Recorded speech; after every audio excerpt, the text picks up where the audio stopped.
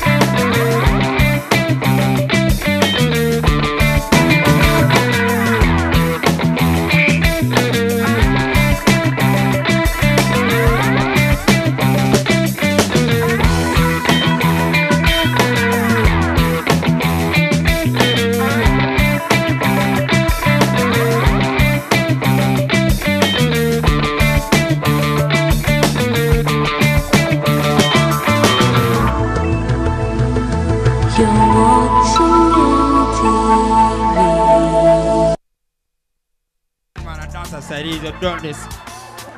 Aro, give me 5 stress, 3 gonorrhea. Kale muli wano, you think you've brought campasas? Omwana yena sobolo gamba super deep. Si miaka jafe. I'm like, I like my swag too.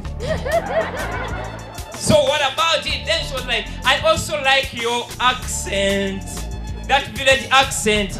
Now kati mwagala mchimi mbili wana kuza kele chili chiaru chili okay wale tensanyu fu weneka political otayakana nomuzanga nakajawa kati nekambuza mukabete why are you crying nekagamba abasajja engeri gye bafulumiza mu lukwago. I think I'm Big Mitch. Larry Hoover. Put that in Kiprochichi's accent. I think I'm Big Mitch. Larry Hoover.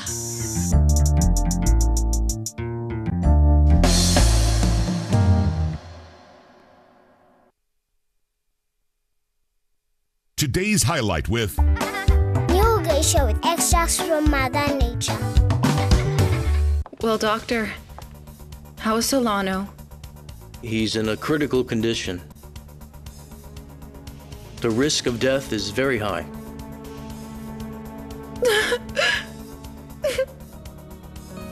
You will leave, but only after Solano's death. I don't want. Until then, you'll stay, so the prophecy will be fulfilled. I don't want. My mom always wants what's best for us. That's why she uses new geisha with extracts from nature. New geisha with extracts from Mother Nature.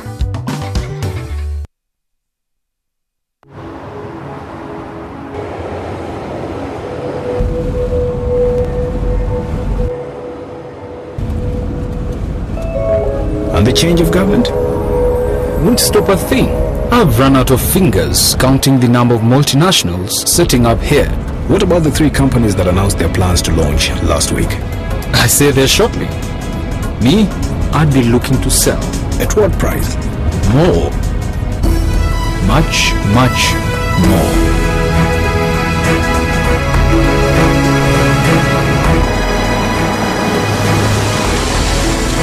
I don't know who you are or how you know these things, but one thing I'm sure of, you're in the wrong job.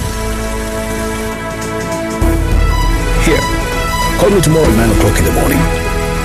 I'd like to hear more from you. Are you ready for your big break?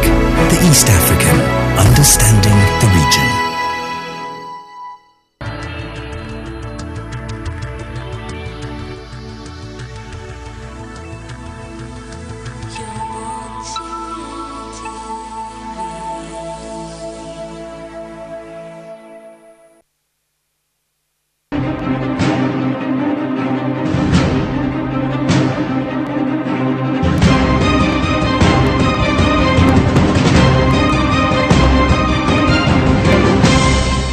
watching Morning at NTV.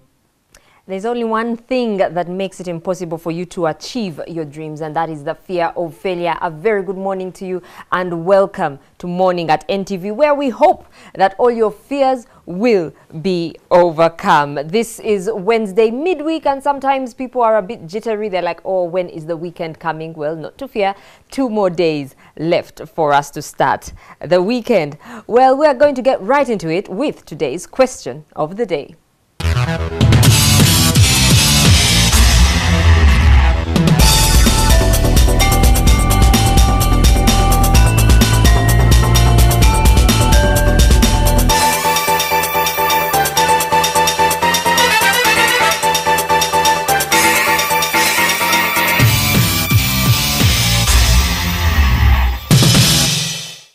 Name the mountain that is located on the Uganda-Kenya border. Name the mountain that is located on the Uganda-Kenya border. Remember, you can SMS your answers to 6565, or you can post them on Facebook, and if you're among the first 5 winners with a correct answer, you will win yourself a Morning at NTV mug that you can see us drink from when we are at the rooftop. But for now, the headlines. And in today's news headlines, there are fears that the nodding syndrome is manifesting in 3 children. The Ministry of Energy could soon see a cut in its budget, and the East Africa Court of Justice has set the 29th of May to hear the petition filed by Iyala lawmaker Mukasa Mbide. You're watching Morning at NTV. Once again, a warm welcome to the show. My name is Mebo Kebirunji. There are fears that signs of the nodding syndrome are manifesting in 3 children between 5 and 7 years in Amoro sub-county in Lira district. The syndrome has for long baffled scientists locally and internationally with no known cure, and research on its genesis remains inconclusive. The hard-hit districts include Lamo, Kitgum and Pader, where 200 deaths have been reported and 3,000 cases recorded. The 3 suspected cases of nodding syndrome are probably a reminder that this neglected disease greatly continues to bring suffering to the people in the northern region. We have sent already an advanced team to move deep in those villages to check whether they are already a confirmed case or not. And I'm waiting for the report, which they have told me they will communicate to me on Thursday. The 3 children suspected to have nodding syndrome were identified last week, and the team said is to monitor them, so that they can get details and check on these children and examine them and prove that they are new cases, so that we can at least make the rightful report to the ministry. Nodding syndrome cases have been recorded mostly in Kitgum, Lamo and Pader, with over 3,000 reported cases and about 200 deaths since it reared its face in the country. However, new cases have over time been recorded in Lira, Gulu, Oyam and Amuro. And they are coming monthly to get their refilled for treatment. Nodding syndrome is a combination of many ailments. It manifests with cognitive dysfunction or mental retardation of the afflicted, neurological deterioration, stunted growth or malnutrition, and nodding of the head. It is a perplexing disease which has not yet been diagnosed since its manifestation in Tanzania in the early 60s. In Uganda, it was first documented in 2007, though it is suspected to have existed for long without being registered. How very unfortunate. The Ministry of Energy and Mineral Development could soon see a cut in its budget after the Natural Resources Committee of Parliament announced today that the ministry was underperforming. Earlier, National Forestry Authority officials appeared before the committee and accused the ministry of not apportioning them enough funds to run the authority. Maurice Ochol with this story. The 2014-2015 budget of the Ministry of Energy and Mineral Development will be cut if a proposal by the Natural Resources Committee of Parliament is taken up. The committee argues that the ministry has done very little in the forestry department despite the fact that they are portioned colossal sums. They do not want to release this money. On top of that, there is a funding which is meant for marking boundaries for NFA. The ministry doesn't want to release the funding. Today, appearing before the committee, officials from the National Forestry Authority further threw the ministry under the bus. They claim that they are not being apportioned enough money to run the authority. Now the committee wants more funding awarded to the National Forestry Authority. Because NFA at the moment is capable of delivering, but the biggest challenge they have is that resources are limited. Most of the planned activities, no activity, even one has performed over 40%. The MPs also say the blame should be shared by the government, which has given out Central Forestry Reserve land to ordinary people. The central government, again, going to displace people, telling them that they are encroachers. What was the point of wasting resources following these people living in Central Forest Reserves? They want the issue of encroachers given priority so that the forests are not totally done away with. More research all NTV at Parliament. The East African Court of Justice has set the 29th of May as the date it will hear the petition filed by Iala lawmaker Mukasa Mbide that seeks to halt the censure motion of East African Legislative Assembly Speaker Margaret Ziwa. Solomon Seranja has more. The embattled Speaker of the East African Legislative Assembly, Margaret Ziwa, has got a reprieve from the censure motion filed by the regional lawmakers until the 29th of May. This after the East African Court of Justice set the date for hearing the petition filed by the Iala MP Mukasa Mbide. Mbide, through his law foundation, is seeking to quash the motion, which was moved by the Kenyan Iala representative Peter Mathuke to oust Ziwa on grounds of misconduct, poor governance, abuse of office, poor leadership skills, and intimidation of members and staff. In his petition, Mbide says that all grounds raised do not have a legal basis to impeach the Speaker. There must be an audit report which is under and by way of a monitoring and evaluation department of the East African community, indicating that actually the Speaker has failed in the duty that has been occasioned or bestowed to her by the treaty. Now, in the absence of such a report, you have no proof of inability to perform. Mbide refers to the motion as being a witch hunt against Ziwa. What they are providing for in their motion are only pockets of anger and grievance, but none of what is provided for is a ground within the meaning of the treaty. Accordingly, you can't censure a speaker for making you angry. The vocal MP adds that the movers of the motion did not follow the right procedures to impeach the Speaker. Instead of filing a motion with the clerk, the movers instead filed a notice, and that brought them within the ambit of ordinary motions, other than the specified rule for removal of the Speaker. So, in effect, we have no motion before the House for removal of the Speaker. Recently, Ugandan legislators on the East African Affairs Committee said they asked Iala members to debate Ziwa's censure motion, but in vain. We voted for them, and they are supposed to come and inform us, even when there is no conflict. It is probable that those that were sent to deliver such invitations did not reach us.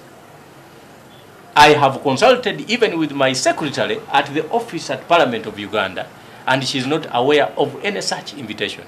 More than a third of the members of the Iala appended their signatures to oust Ziwa.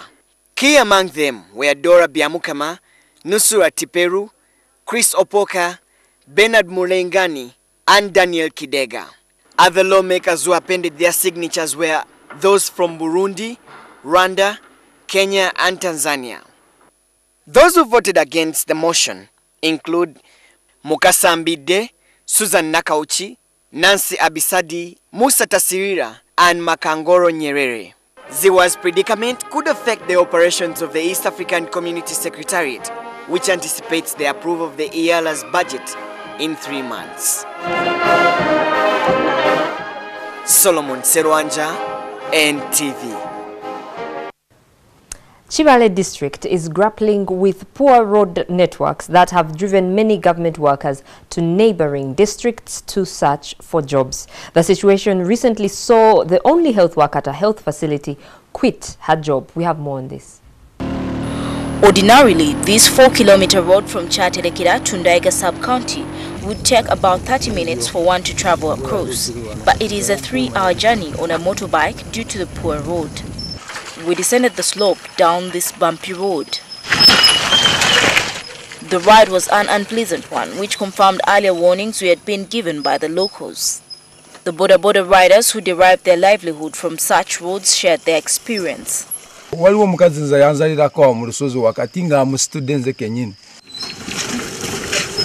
Others say they have health complications from the road.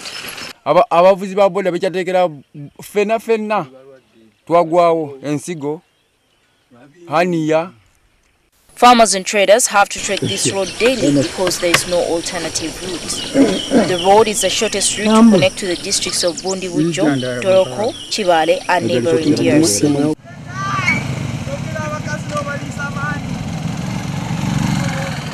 Residents say that they've never seen a vehicle driving through this road, which is just 6 kilometers from Kagadi town. We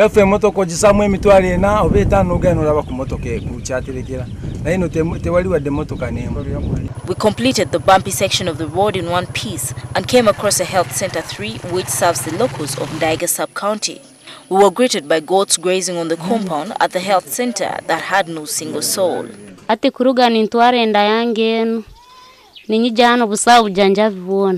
just open and sweep. No one can assist the patients. When they come, they go away. Because me, I can't treat any person. It is regrettable. So the Minister of Health should come in very quickly to solve this issue. This two-room structure is in a poor condition with cracks visible all over it.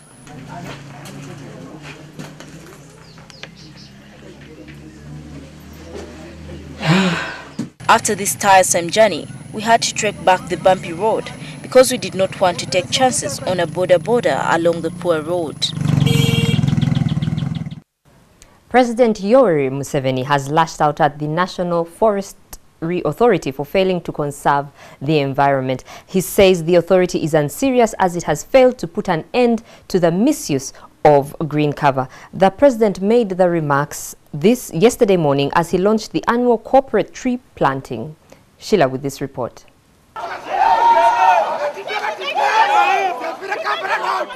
These are scenes from 2007. Ugandans protesting President Museveni's decision to give away 7,100 hectares of the Mabira Central Reserve to the Sugar Corporation of Uganda Limited. This morning, President Museveni, in a surprise show of solidarity for environment conservation, planted a tree and castigated the National Forestry Authority for being unserious. The government has given them all the powers to protect government forests and also protect private forests. But they do neither. I don't think that it is entirely correct to say that National Forestry Authority is not doing anything. On the shores of Lake Victoria, all the way, almost up to Rukaya, whenever I used to fly over that area was always covered with forest, very good forest. But if you go there now, you can't see that forest. In 2007, the president explained away his decision to give part of the forest to investors. He claimed he was ensuring job creation. Today, however, he seemed to believe that the environment was of more significance. You interfere with Mother Nature, you will harvest catastrophe. According to Article 237, Section 2, Subsection B of the Constitution, the government of Uganda is only a custodian or trustee of all natural resources in the country. It cannot destroy, alienate, or even appropriate such resources without adequate due diligence. Over 10 corporate bodies took part in the tree planting event today that will see trees planted on 1,000 kilometers along upgraded roads in the country. NTV is one of the main sponsors of the exercise. Because this is part and parcel of our social responsibility. So we are here as NTV, not only to inform, but to ensure that the environment is protected. In fact, they have even requested us to lead the media team. The president's comments come at a time when the country continues to lose 92,000 hectares of green cover annually. And so with the looming rainy season, Ugandans could face a lot more challenges that come with this period. Sheila Nduchire, NTV. The former officer in charge of Kampala's Nansana police station, Mohammed Chirumira, has announced his resignation from the force. The officer, who gained fame for hunting down criminals, says he is frustrated by a recent directive by the police chief that called for his suspension until he is cleared of bribery charges that were preferred against him. We have more. The former officer in charge of Nansana police station, Mohammed Chirumira, has taken to welding after he recently got suspended from the force on bribery charges. I can't perform activities of the Uganda police any further, sir. He accuses some of his bosses in the force of being behind his troubles and wants the police chief and the internal affairs minister to intervene. Because I found you give me instructions, I follow the instructions. The PRO says IGP has given another instruction. PRO talks for the entire force. The whole public, I can't even pass in town. I'm not ready to come there. Chirumira says he has received many threatening phone calls which he has brought to the attention of the police.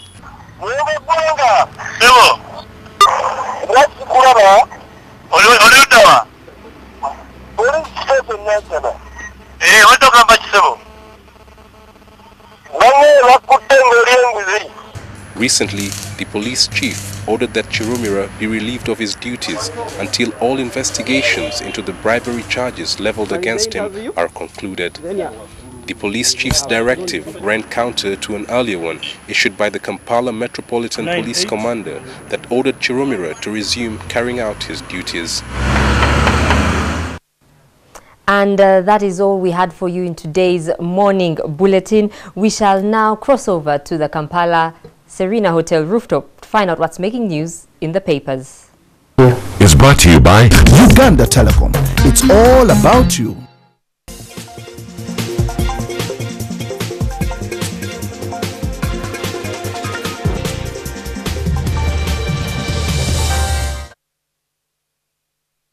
Up to the first day of no job for David Moyes, that's the former Manchester United manager, on this Wednesday morning, the 23rd day of April 2014. We're coming to you, as always, from the rooftop of the Kampala Serena Hotel, where we broadcast to you this edition of Morning at NTV's Press Review. Come rain, come shine, and that's why we are proudly brought to you by Uganda Telecom. Good morning. But he has 5 million euros. Listen, as spare change. I actually thought it was 10. I mean, now I think Ugandans will begin to understand that when you cut short someone's contract, whether they are out of their own incompetence, you see where it's going, there are always ramifications. There is always an exit clause. And you cut someone's contract, you pay them heavily than keeping them around. But my friend says, do we have the ability to negotiate our contracts like that? Yes, of course you do. You have a contract. Are you kidding me? Lupita Nyong'o the other day won an Oscar for the movie 12 Years a Slave. I'm told Moyes might be acting one. 10 months a coach. We wait to see how that one will pan out. Well, there is 9 years a slave coming in for our friends from us. Oh, why? Yeah, we are going to win the Daily Monitor this morning. Well, like you in your language always say that just when all these clubs thought that Manchester United become a punching bag, what the lizard is saying in the Daily Monitor here, it's now bad news for those clubs which now have turned Manchester United into a punching bag, because now everything is now going back to its proper setting. No, but it's the same thing, really. And there's another coach I would like to see his head on the chopping block. He hates Samka Club. Its name begins with the letter A. What's the club? He has saved the club already. No, the difference between Wenger and Moyes is that at least Wenger has saved money. But the risk of making this turn into Moyes is going to make the club, and I will say 100 million. Let's look at the Daily Monitor this morning. It's a Wednesday, very overcast morning with showers and thunderstorms across parts of Kampala, where we're broadcasting you from. I don't know how it feels like where you are, but yes, we're waking up to news that a pupil and his mother are being held by security for giving a letter to President Museveni without going through the usual rigors of security checks. And I think we should applaud the security for holding this pupil and its mother for subjecting the president's life to unprecedented danger. I like the way you put unprecedented danger. But you see, we see this a lot. Each time people want to have audience with the president, security, of course, will not let them. So many times they beat the security, and being the good politician he is, when they're coming to grab this one, he's like, no, leave them. You know, those are my people. Those are my people, my voters. Yeah, but it's very interesting to see how, but very interesting how a primary 5 pupil, a girl for that matter, and I'm not trying to be sexist here, you know, has the courage. I mean, what could have been the subject in the letter? It could have been very strong points that she and the mother intended to subject the president to. And you may find it could be as small an issue as, Mr. President, help us. School fees. We need school fees. My father died, blah, blah, blah. But that story is playing out for you in the Daily Monitor, our headline story. Get yourself a copy and, of course, learn 1 or 2 tricks on how to beat the president's security to deliver to them that later. Because I know each one of you do not pretend about it. The moment you have 1 minute with the president, the first thing you do, Sebo Nyamba. Somebody asked me the other day that if you had audience with the president for 1 minute, what would you ask him to do? Well, I did, at the risk of sounding vain, when I did a couple of times, when I did the last time, he was thanking my boss then for having saved this country of a rumor monger. Well, you know what I would ask him? I am back to business. I would, let me say it. I would ask him to resign. Joel, again, I keep warning you against populism on this show. That's what I would ask him. I would ask him, Your Excellency. Joel, you have bigger personal pressing problems for you to waste 1 minute with the president. Start asking him for the greater good of Uganda. For the rest of Uganda, saying, Your Excellency, you have done a good job thus far, but please allow us good transition from you to another. No one believes for me, that would. I think then me I'll play the Kidandala card. I'll just tell Mr. President, and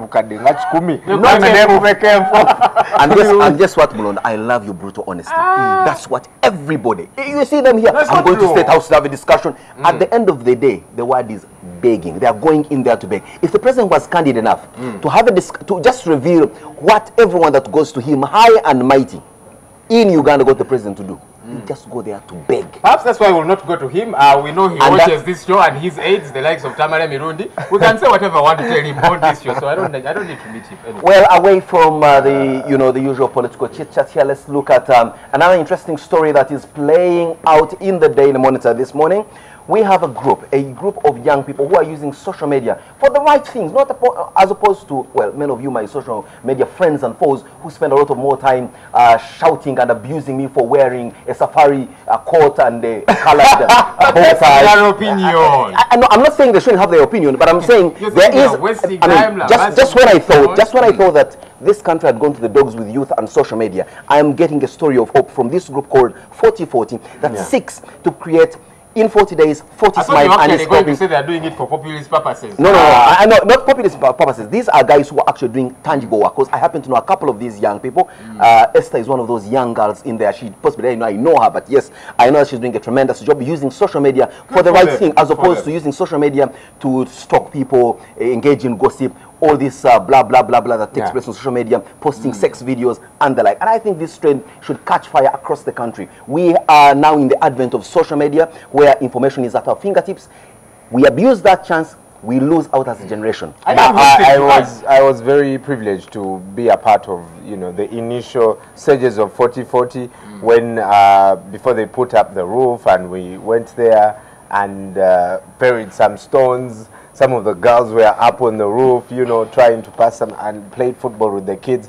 Esther Kalenzi and the whole group, Rukwenje, Kata Raymond, all these guys are doing a magnificent. Not and Kataha. Kataha. There we have it. It is really nice to they are using social media to do a charitable cause. Yes, they have now really built good. a children's dormitory. Which is good. I need to quickly hasten to add that many young people, are so much into social media, that is all they do. I think that should be very worrisome to the rest of us. And talking of which, I think let's make it an open invitation. My producer, Young, I'm sure you're watching this, get me one of these people here on the big story tomorrow, so that we can expound on what social media is doing, the wrong, the good, and the bad. Well, going further into education, the Ministry of Education is saying they will not increase examination fees. There was fears that the Uganda National Examinations Board could raise examination fees, but the ministry is saying, hey, we'll put a cap to it. I'm ready to face DP neck, says Kidandala. Oh. That was after the Kali leaks, or is it the Kidandali leaks now? Should it have been my neck is ready for DP's news? with K, this one. And this story speaks about Okay, wait a minute. Would he have said he's not ready? what would be the ingredients of him not being ready? I mean, right now, some of them have been summoned. His boss Lukwago is, clearly not in good terms with the. But is Lukwago a member of the DP? I don't even know why DP is summoning Kidandala for backstabbing a member who doesn't belong to the DP. Well, he says he is. Which DP? I know the last time I checked, there was DP Mao, DP numbers and characters like that. Anyway, that's the Simon, this speaks a lot about the commitment of our opposition to their own parties. How then do you trust a man like Kidana, who is only asking for a mere 2 million shillings? Such a shame. No, that's not him. It's not. Well, voice is different. Who cares? Who cares? Whoever he rolls with asks for a mere 2 million shillings. It's totally annoying to trust someone like that with leadership, and that's why we're still going to continue. Now, Molondo, I think I need to tell you that, in fact, the man who asked for 2 million shillings is a lot better than some even more high-profile people, especially, and I hasten to add, those in our parliament. They would ask for even as low as 100,000 shillings. We've seen it happen, and I have cases. So the more money you ask, the better, yeah? No, I mean, at the end of the day, if you say a mere 2 million, it's like you're saying 2 million shillings is a very small amount of money. I've seen serious leaders asking for even less. And no one is saying this right. But I'm saying, of course, if you must eat a frog, they say you eat a big one. Thank you very much. National Forest Authority is doing nothing, absolutely nothing, according to President Yoweri Museveni here in the Daily He invited them when he was going to plant a tree. I was thinking it should be the other way around. Well, there we have it. So, Mr. Mugisa, I think now the message is very clear to you. You have a job clearly cut out, but I do not know whether there will still be a job when the president says you are doing nothing. Tear gas as Kiseka market vendors protest relocation to bus terminal. Well, there we have it. I want to see some sanity at Kiseka market. So when I say certain changes there, we might, petty fog over how they are doing it and that kind of thing. But Kiseka market needs to be sorted out once and for all. A friend of mine lost a wheel cap, I think on the right side. He went to Kiseka market with his car to buy a new wheel cap, and without his notice, they removed that one, put it on the other side, and he drove away, reached home. He found the wheel cap that he had apparently bought is the one on the other side, and this one was now missing. That is Kiseka market for you. There we have it. But of course, like you say, when you look at it from the outside, you think there is a lot of disorder in there. It's just like if you stand at Platinum House and you're looking over the old taxi park, all you see down there is chaos. But when you get into the taxi park, you'll be interested to learn that there's quite a lot of order. The taxis know which one is going out. The stage managers are there. There is some local administration of extortion and bargaining, and I mean, it's well organized criminal activity down there, and it's not as chaotic as we possibly think. We're talking about chaotic incidences. Here we have it. Uganda People's Defense Forces have captured yet another commander of the Lord's Resistance Army in the Central African Republic. Talking of the prices of politics, and Battle Road Mayor here on his court battles, he says, my family has been terrorized. My mother is currently admitted because of this whole state-orchestrated surveillance. Well, there we have it. Of course, when you join the monkey business of politics, don't expect a tail not to touch you. Like they say, if you must be in a monkey dance, do not cry foul when a tail touches you. That's collateral damage that comes with politics. Playing it out here in a banana republic, and do not expect first world politics in a third world country. But we should move away, for goodness sake, from being third world country. We've been saying this, and I look at Vision 2040, I'm thinking, we need to concretize this. Yeah, it looks very ambiguous. I mean, if I was to ask you what Uganda's vision is, you might probably tell me Bonabagawale. Or is it Abamobagawale? There is a ray of hope, especially when you see stories now making it the mainstream media of young people organizing themselves, using the little power they have amongst themselves, which is now social media, to transcend some kind of change. And that's taking the reins of responsibility upon ourselves. With these young people building a dormitory, fixing this, fixing the other, who knows what a cumulative force could be if all the young people. Let's not forget that Uganda is a largely youthful country. So if the if we young people take more time away from but also, Simon, and not to say that whatever you're saying is wrong, but the kind of people that join this cause, for example 4040, are people that work. I may not give 1 million shillings, but I have the ability to give you 100,000 shillings without feeling the pain. And those are very few youth who can afford even 100,000. We need to do a lot more. What are you doing about? But look, when you see how many youth are imbibing alcohol and buying drugs on Acacia Avenue itself, if they spent half of that money in charity, because this country would borrow their money. Yes, you can borrow to go and drink. Yes, borrow and give to charity. Who knows, someone else will borrow to save you out of that pit. Anyway, I want to create more youth in this country. Uganda is meeting its immunization target. Do you have a child? Has it been immunized? Take them for immunization, because that's the only way we'll avert the scourge of child mortality. I want to refer to something, and I'm glad this story is finally out. Just like, you know, a couple of days ago, I said, the world somehow thinks that Nigeria is a very safe place. And we've seen the story, of the girls being abducted has played out a lot. And now Sudan, as Bashir backed Machar rebels to advance to Juba and Uganda, Ugandans die in Sudan prison. This is a headline on the red paper. Well, you know, I've said it here, and there's a picture of corpses lining up some street somewhere in South Sudan. I think before we know it, we'll have genocide playing out in our backyard before we know it. And I think it's right important. And it is looming in Nigeria, it is looming in Central African Republic, it is looming in South Sudan. Literally everywhere, over 50 years after we attained independence. This is just wrong. I've said it here, I'll say it again. Until Africa can address the three biggest challenges it has: leadership, leadership, leadership. We'll keep having, you know, some kind of vicious cycle again and again and again. We're talking about leadership. Some good leaders seem to be passing away. Like yesterday, Parliament did pay tribute to ex-West Budama North Member of Parliament, the late William Occasion. Of course, our commiserations go out to his family, his kith and kin, and especially you, my friend and colleague, Val. This story in the red paper must give Joel some good... tell me, what's that? Maria Mutagamba finally throws in towel.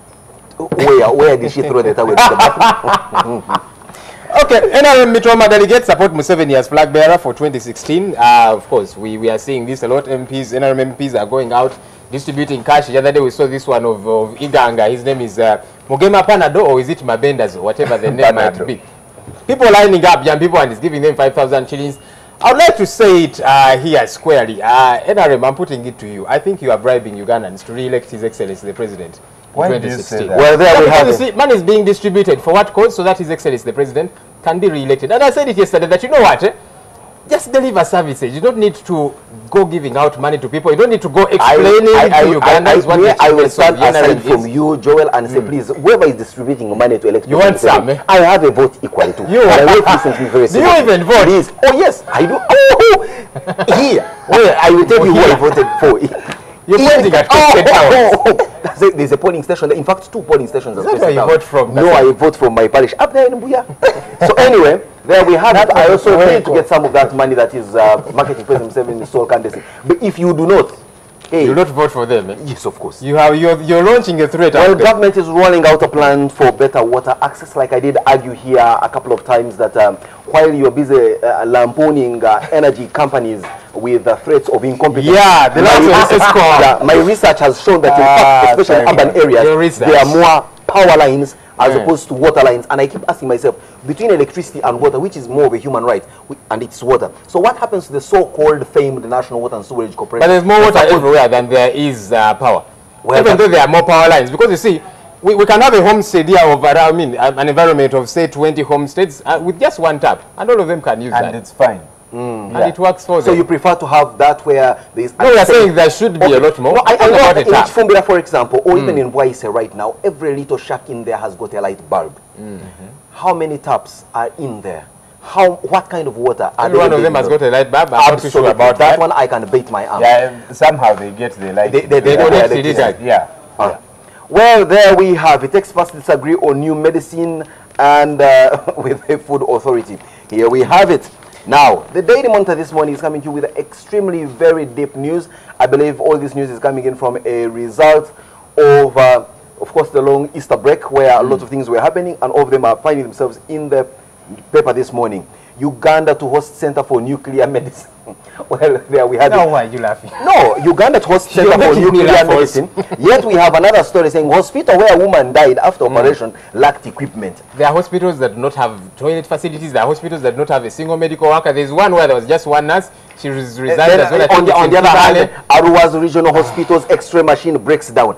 All this is in one country. You have a regional referral hospital with an X-ray machine that doesn't work. You've got another hospital that doesn't have drugs. You've got the disagreement between scientists and the food authority and whatever. Then you have got Uganda playing host to the Center for Nuclear Medicine. And what bothers me is that we keep saying we do not have money in this country. For goodness sake, we've got money in this country. It might not be a lot, but We've got to prioritize. We've got to put our money where our mouth is. Maybe until we do that. 2040, we should have fundraise for an X-ray machine. An X-ray machine. You see, that is good, yeah? CT scan. But you see, for how long are you going to subsidize government's that's the point, because at the end of the day, I pay taxes, yeah? I might, get involved in a social activity like that, and Ugandans should, yeah? But I should see my taxes do some very good work. Well, in the next magazine of the Daily Monitor here, it's reported that children are taking the brunt of the crisis in South Sudan. As always, of course, you know that children, women, and other vulnerable groups always take the brunt of war situations like in South Sudan. Like they say in English, when two elephants fight,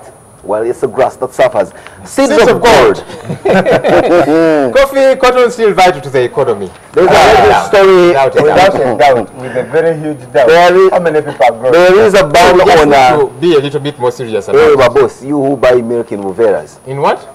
Yeah, all of it is in Uveras. Whether it is processed or otherwise, it is still the one that has medicine for dead bodies. Which one did we take this morning? Yeah, this one. Well, there we have it. There is a looming ban on this milk that is already sold around in huge aluminium cans, and a local guy that always measures it in cups and pours it in a translucent or transparent polythene bag. The debate is raging on, but you can find out exactly how much that you put medicine for dead bodies in the milk so that it stays. The processed one. By the way, and there's a friend of mine doing some research on this. Apparently, the Kavera milk might even be a lot safer than some of this processed meat. So that research, I hope it comes out. You're a man of cows. What I know is that my farm gate milk is bought at 200 shillings a litre, and at Capital Shoppers, where I normally go for my groceries, I find it at 2,200 Please a litre. bring for us, we might buy some from me. And I'm asking myself where the 2,000 shilling goes along the way. But that is, of course, that's the whole story of generation, transmission, and distribution. Generate electricity. Well, of course, we have an inside magazine called Homes in the Daily Monitor this morning. Get yourself a copy to see how you can make your home a living, fresh air circulated environment. It's all here in this wonderful magazine. We're quibbling about health services. Namaingo survives on one doctor, and it is said here the district's only doctor is based at Buyinja Health Center 4, which is also ill-equipped. Well, Uganda, may God uphold. The headline in the sports section as we wrap it up is, of course, the exit of Manchester United manager David Moyes. This is a mediocre manager who, for all his experience and expertise, clearly shows you whichever team he holds. This guy supports? This guy supports Man U, and I don't know why he's saying that this guy was mediocre. Didn't you know before you brought wait a minute. One, you must appreciate. You know, this debating culture in Uganda, where for you to have an opinion over something, you must either be a supporter or you must be a consumer. No, respect, you've got to be something. To know where you are.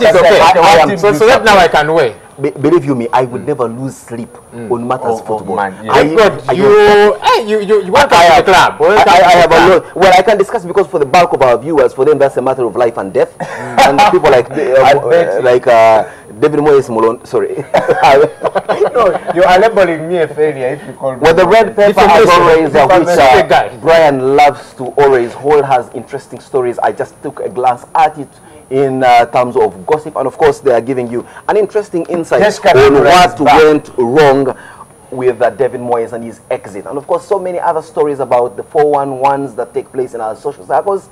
Yes, Uganda Telecom does probably bring to you this edition of Morning at NTV's Press Review. Let's take a short break. When we return, we continue with the program and get down into the big story. I've got an interesting guest this morning. We're going to be discussing matters environmental, but I could chip in a question over the issue that we discussed yesterday in the press review. You must have heard a story yesterday about the Ministry of which ministry is this that runs the Nomo Gallery? It could be something to talk about. That runs for us. You can see. Can you see?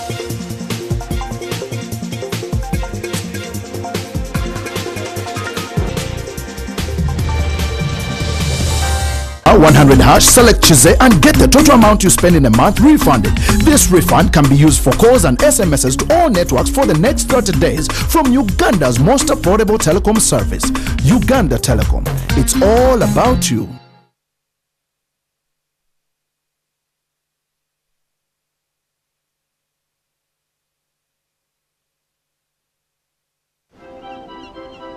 Every idea we have begins with you. The way you connect.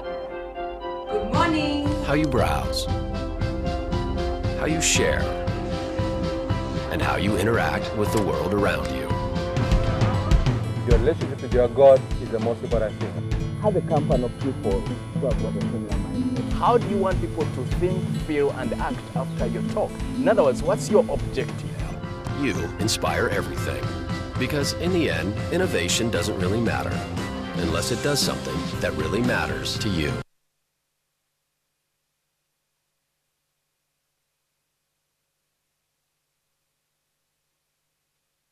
100 hash, select Chize and get the total amount you spend in a month refunded. This refund can be used for calls and SMSs to all networks for the next 30 days from Uganda's most affordable telecom service, Uganda Telecom. It's all about you.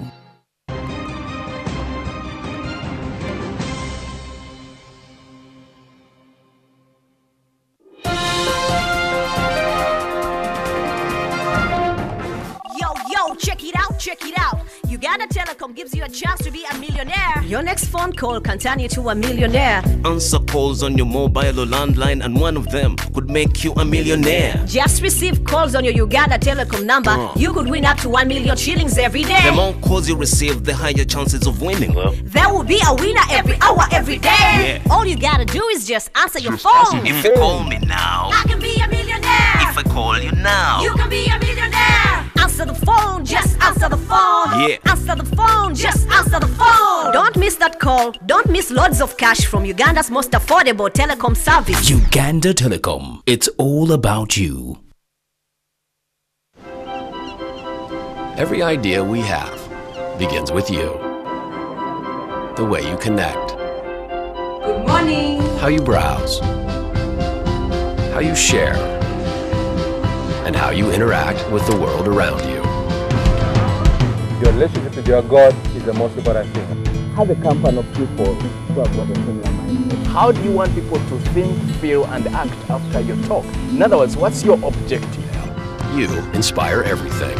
Because in the end, innovation doesn't really matter unless it does something that really matters to you. And we are HTC.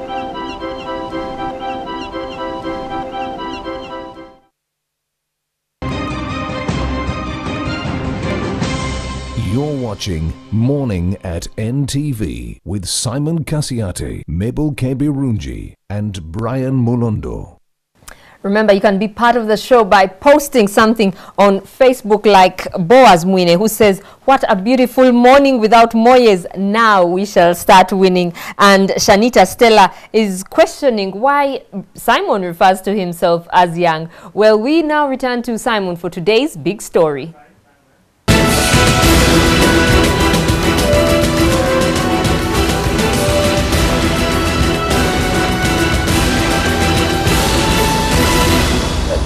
Well, very good morning once again on the 23rd day of April 2014. As always, coming to you live from the rooftop of the Kampala Serena Hotel. It's the big story this wonderful Wednesday morning, slightly overcast over Kampala, and that tells you something about the climate, the weather, and of course some of the mitigating effects of having proper weather or not subjecting ourselves to the adverse effects of climate change is a deliberate effort by some Ugandans to embark on the exercise or in the practice of tree planting. Why are they getting into the tree planting campaign? It's because a number of the natural tree cover of this country and by extension this continent has been depleted by human activity. We use trees for all sorts of activities, including making the furniture on which we are seated, or even powering those saunas that you love to enjoy when you need to relax, or even cooking that food that you will eat at any time or any opportunity to do so. Question is, to what extent are we able to harness our environment, harness our forests without destroying completely and subjecting ourselves to adverse effects of climatic change? Now that's a question that can always be answered by looking around ourselves. The weather patterns have since changed. The expected rains do not come on as and when they do come in. That is a clear sign that a lot is certainly going wrong. However, there is a ray of hope somewhere in the horizon. We've got a group of young people calling themselves Youth Go Green that have taken this campaign up in arms, or should I call it this way, taken the bull by the horns, and they are out to carry out a number of afforestation activities, home and away as they say, doing it both in urban centers and in the rural areas. Now, this morning, I have the privilege and honor to have their technical advisor, the man that's involved in so many things, including in his past, an educationist, an artist, a liberator, and now a legislator. Good morning and welcome to the show, General Eli Tumwin. Good morning, my brother. You're involved in so many things. I was asking you, I mean, where can I place you here? What are you doing with this Youth Go Green as a technical advisor? Are they involved in some kind of military maneuvers that they need a general at your rank to be a technical advisor? This particular one needs every profession. Needs generals, needs teachers, needs artists, needs journalists. Of course, I cannot forget the journalists. Needs journalists, needs leaders, needs corporates, needs old, young, politician, religious, naturalists, everyone. And I find it the most amazing and most important cause for the survival of mankind. Where I understand it, General, we've seen so many such initiatives coming up. We always are not short of wonderful ideas. Youth Go Green, My Little Kid is a Superstar, Little Green Hands. All these seem to be in the heat of the moment, that you find ingenious people setting up some otherwise well-meaning initiations like these ones, only for them to benefit pecuniary and just leave the project to die after a couple of months. Is this going to be the case with this particular program? Not at all, because you see, every effort, first of all, we are told that we live in a world which is in a dynamic equilibrium. Nature. I am these days interested in nature as a design, or God as a design, depending on what you believe. Nature as a design is such that we are in an dynamic equilibrium. You always have good and bad, and that's how the world is balanced. You don't have useful and useless. So it depends what you are doing now. The emphasis of here, I see your skepticism and pessimism about things starting and then not continuing. But for real, this one, why I was excited when these young people came up and said, we want to start a Youth Go Green campaign. I was very, very excited. I had already started long ago. Some years back, I started an association of the gray-haired and bald-headed Members Association. I didn't see you send membership cards for me. Yes, you can see I am bald-headed. Or maybe sure. Of course, the main reason was that I know everybody will end up there, either gray-haired or bald-headed. Even if you dye it with whatever, but we know you are either bald-headed or gray-haired. For bald-headed, it's very difficult to cover. But the whole point in that association, when we got different lecturers, one of them was about the environment. And it excited me into going all the way that I can to support this exercise. So when the young people came up with an idea that we would like to have a Youth Go Green campaign to encourage the youth to be involved in saving our environment and reversing the climate change effects, the global warming, I said this could not be, there cannot be a better organization than this one. There could be not a better cause to support than this one. Because so you jumped on board. And so I away said from I planting will do trees, because we understand that about 92,000 hectares of forests are lost every year, and only just about 10,000 are replaced every year. What exactly are you and these young people doing? No, really, what that one is not the exact figure, which is correct, is yes, we are depleting 92,000 hectares every year, according to the National Forest Authority figures. And the 10,000 you are talking about, that is if, as the youth are saying, they want to plant 1 million trees. 1 million trees will only replace, as we were told yesterday, about 10,000 hectares, which means 82,000 hectares are not replaced. In that 1 year? Even in 1 year, even if the youth accomplish the 1 million trees they want to plant. Why are they going to plant this 1 million trees? Because we are told we are not short of land. We are not short of land. We are not short of land. There is enough land to plant the trees starting from your homestead. Even if you started, I wish you could go to my house, and as an example, you see... Well, you live on an acre of palatial residence, even if some of us where when you stretch our leg, you are at your neighbor's house. You see, the trouble with the world is that we want to create all that is not natural and want to survive on nature. Yesterday, the president made a very good statement that tamper with the nature and you are going for a catastrophe. There we have it. So now, you tamper with, go with your walls all over the place, and your concrete, and your metals, and your cars gassing out all the unnecessary carbon dioxide, and leave trees. Don't forget about trees, that because you want space to do those bad things for greed and for getting quick money, then you are heading for a catastrophe. We see you leading a campaign to plant trees along major highways. You started off with the northern bypass and, you know, areas like that. How sustainable is this project? Yes. Because we know that, you know, road reserves are places that are hardly taken care of. It's one thing to plant a tree, it's another to look after that tree and nurture it to fruition. Very good, because I would like to explain how we want the campaign to go. As I said, start from your home. We are doing that with the road authority. I will tell you more about it, but start with your home. The campaign is that we want to encourage people for purposes of replacing the depletion of God's design and nature's design of an environment that He created for us to be in a green environment. And because it's the one which gives us oxygen we need badly, and we put out carbon dioxide. And what has happened is that the world has done two great things, terrible, which have caused quick global warming. Using fossil fuels or burning fossil fuels, which put too much carbon dioxide in the atmosphere than God's or nature's perfect composition. Two, cutting the forest. For general, that fossil fuels need to power the economies of this country, and they need to power our houses, they need to do all sorts of things. I mean, Uganda is excited at the discovery of oil in the Alberta and Graben. This will need to be refined, and the refinery of which would mean emitting some of these gases. Thank you very much for your economic calculations and for greed for money, and go for it. But you will pay for it. If you if you put as much fossil fuels in the air, if you cut the trees as much as you want for different purposes of economic interest, you will pay in three ways, major ones. We know that, you will General, fail to get food. That's without a doubt. You will fail to get food. You see, what you're telling me here, General, what you're telling air. the viewers is what they already know, that you would deplete the environment, you're headed for catastrophic repercussions. Question is, you as Youth Go Green, what exactly, you know, in very tangible terms, are you doing to reverse this trend? Very good. Apart from wearing a nice green batik shirt and, you know, going green physically, what exactly are we doing when we say we are going green? Part of it is change the attitude of the mind, for everyone to know that it is a responsibility of us now, and even more of the young generation, whose future they want to guarantee, that we should do something about it. And what the Youth Go Green are going to do is what I would like to explain. First is to educate the public and sensitize the young people and the old ones that we need to do something about tree planting as one of the ways. Of course, there is the bigger causes of global warming, which is, as I have said, burning of fossil fuels done by the big powers and the industrial countries. But two, reversing this trend of depleting the forest cover by planting trees, as I've said, starting from your homestead, around the perimeter of your house, however small it may be.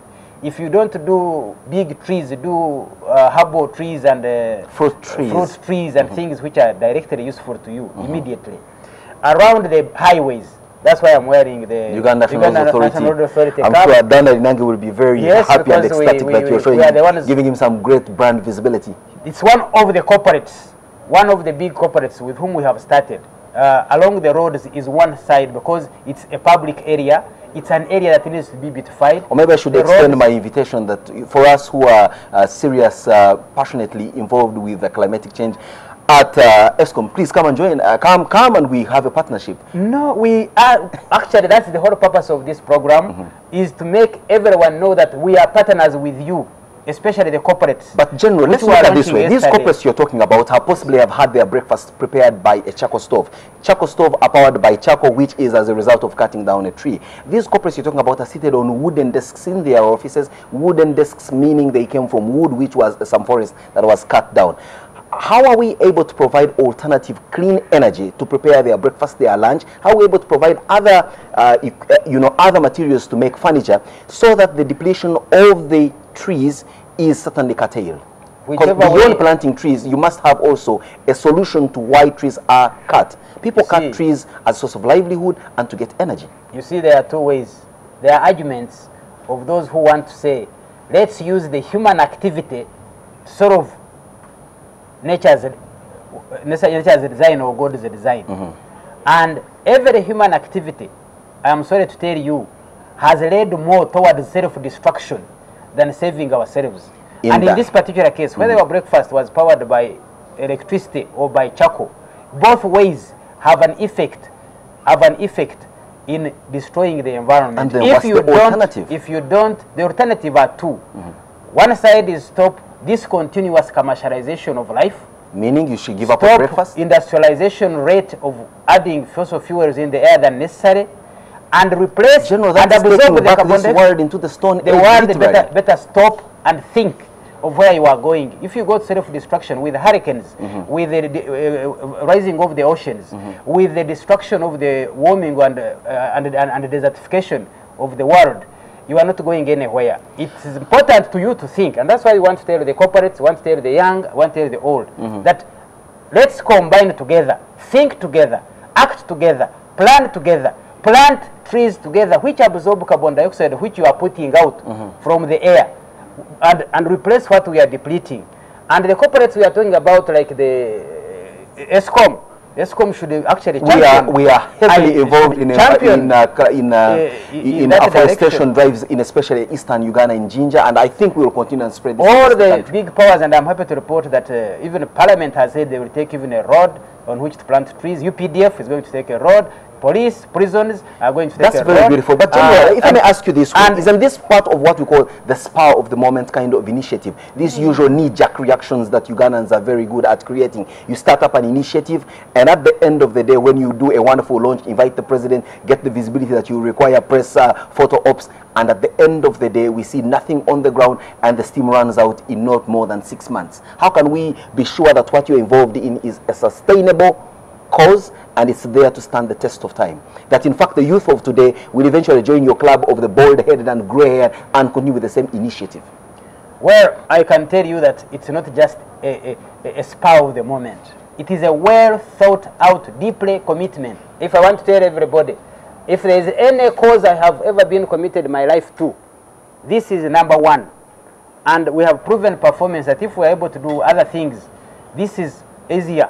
And we are involving everybody. And please, I want to tell you what I said, the ifs yesterday, which I said, if we did the following, in addition, in the process of planting trees, a lot will be done. For example, if every youth knows that he has to plant a tree as a priority, if every corporate... Every so often. I am coming. Because the youth, for example, are in institutions, schools. If every institution of the world has a nursery bed, from the kindergarten to the primary schools, secondary schools, universities, if they all had nursery beds to have to nurture trees, and then they are educated on a daily basis as part of the environment to ensure that they plant trees, that will be a continuous, sustainable basis of generating, and the world over. Two, if every citizen of the world is told that he has a responsibility on nature and must plant at least 12 trees a year, which is a tree a month, that will guarantee that even if we are 7 billion, but we multiply by 12, that will guarantee the equal number of trees. General I'm afraid time is not an ally on our side, and clearly all your ifs are very important, and I'm sure Uganda is not short of knowing them. The challenge obviously shall be on how to do them, the implementation of which. But before we go, I've had now the opportunity to have you here. I may not have another opportunity this year to invite you over to discuss some subject that has been making it in the news recently, and you will allow me to divert you away from tree planting into the business that you're involved in, which is art, which is Creations Limited, which is where you are located. There's been this talk about you not living up to the tenancy agreement of the government with regard to the location of Creations Limited in Nakasero. What do you have to say in just 1 minute about all this allegation going around that you have devoted and you are using your bravado as an army general, as a historical, as a liberator of this country to take use and abuse a national facility? Let me answer you so to save time. First, I don't like the diversion from the most important subject of planting trees for our future to a stupid allegation that is just off air without any fact. Nomo Gallery is owned by the Uganda Artists Association, not by any other person who wants to make money out of it.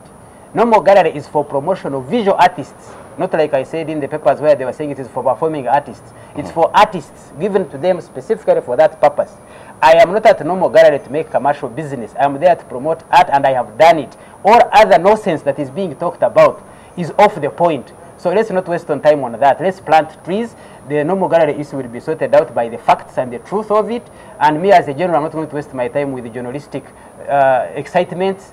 I tell the truth will remain the truth. I never rented no gallery. I never have an agreement on rent. I have not done that for commercial purposes. It's for promoting art to the artists, and I will do that for the rest of my life, and anybody can go hang.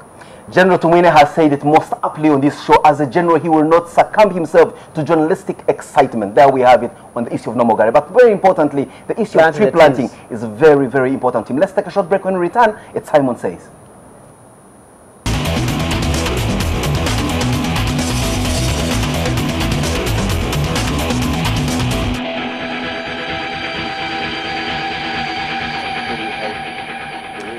We have it, tree planting, very important, and we've drummed this point home so many times. But every moment you are on national TV like this and talk about tree planting, there is 1 million of us holding access sawmills and pangas getting down to the nearest forest or cutting down the next tree to maybe pave way for a road, to burn that charcoal, to get firewood, to burn hips and you know, furnaces of bricks to create, you know, living abodes for us. All this is happening because there is a need to have the resources of forests, but also there is a need to preserve these forests for the betterment of our society. There's nothing more that can be said as to the importance of preserving our environment. Obviously, tree planting is one of those very noble and, I must also add, Herculean tasks with regard to maintenance and sustainability that will reverse the trend and the tide of climatic change. Have you planted a tree? When was the last time you planted one? When do you intend to plant the next tree? Where will you plant the next tree? As long as you have a positive answer to those questions, an answer that is not only for the spur of the moment, but for you to do these actions sustainably going over a span of long time, shall we comfortably say we could use our natural forest cover, but at the same time replace it tenfold, and at the end of the day, stave the adverse effects and the disastrous repercussions of climatic change? Have a wonderful morning. Wherever this wonderful day takes you, make it profitable by planting a tree or at least owning a seedling and nurturing it to the point where you can plant it as a tree in the future. Have a good morning.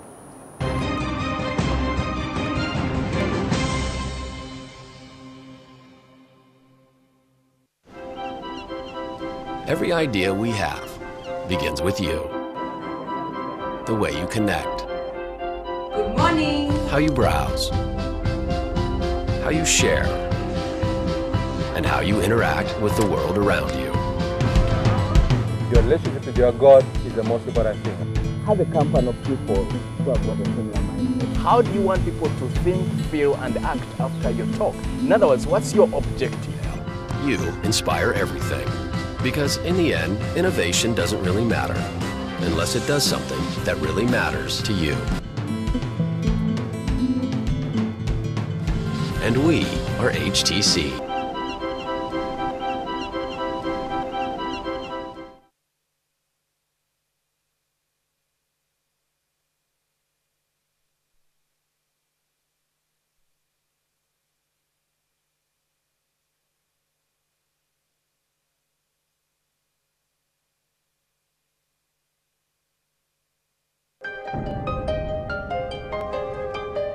I was going to my hall, someone came from my back and was how tugenda okwebaka ekiro yanga mwami omanyi olwakeko nange omulundi gw'ogusembayo.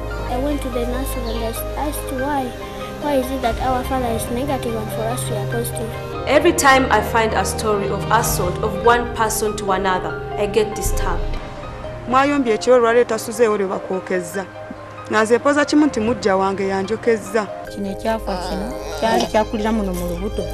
The Irene I know just loves music and loves to sing. I've never seen her even smoke a cigarette. The days of legal trade in slaves are history, following its abolition in the 1800s. They tie you like this. That's when I started getting past. Everybody has a story, but yours will only become our story when you share it.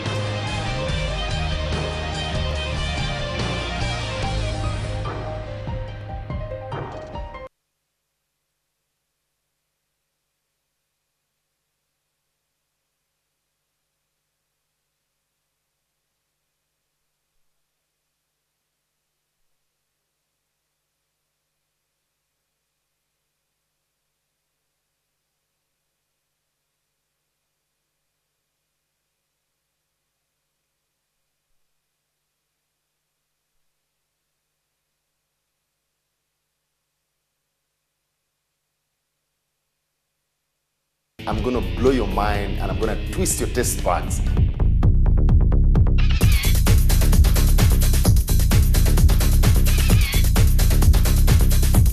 The flavors are already coming together. I can feel them. Very lovely, very appetizing, very healthy.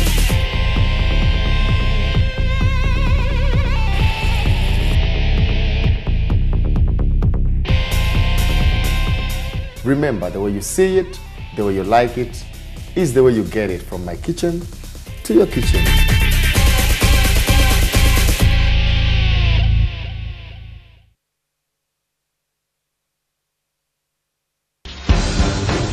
Kampala has been voted in the past as one of the favorite cities for tourists, one of the most peaceful cities. That is something that is changing. Kale Kaihura, the Inspector General of Police, and President Yoweri Museveni, their alliance, they can only crack down or stop individual strikes and individual demonstrations. But I don't think they can stop the growth of militancy. No holds barred. Besigye and Lukwago have particular grievances against the government, some legitimate, some misguided. What should the police do? Of course, the police has to intervene, A, to protect the power of President Yoweri Museveni and the NRM from disruption by Besigye and Lukwago, but B, also, never forget this, to protect those ordinary people whose property gets destroyed. I want to ask that many think that they've actually been frustrated. Opposition parties in Africa do not tend to be constructed around policy differences. FDC lacks a glue to hold its coalition of different power-hungry individuals together. Incisive. You see, the NRM is more divided internally than the FDC. The advantage with the NRM is it has political power. Analytical. I think that one of the best organized political parties in Uganda is the PPP, the People's Progressive Party with Ansari. This idea that everybody is telling around the world that Africans are poor and they cannot contribute to their own political and social emancipation is crap. In fact, I think that the opposition parties in Uganda have to win an election in an unfair and unleveled ground. Newsnight with Andrew Mwenda. Running out of airtime can happen to anyone. The next time you recharge, simply dial *161# to get going again. On the next episode of Login. This week in Login, party with the legends of music in Uganda.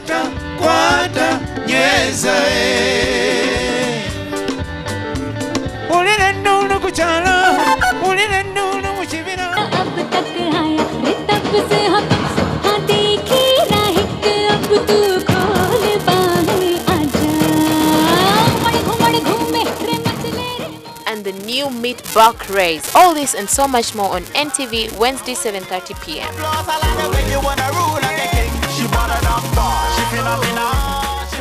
I watch here, NTV. You also watch. Very good channel. Login.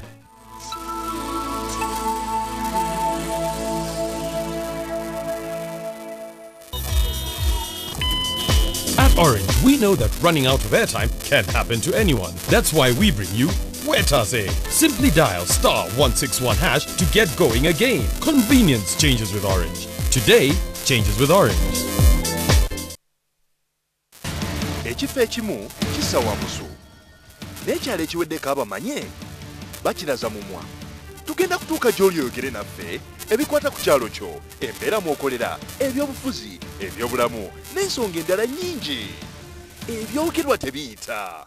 Tuusa eddoboozi lyo, yogera naffe buli lwakuna otereevu ku NTV akawungeezi.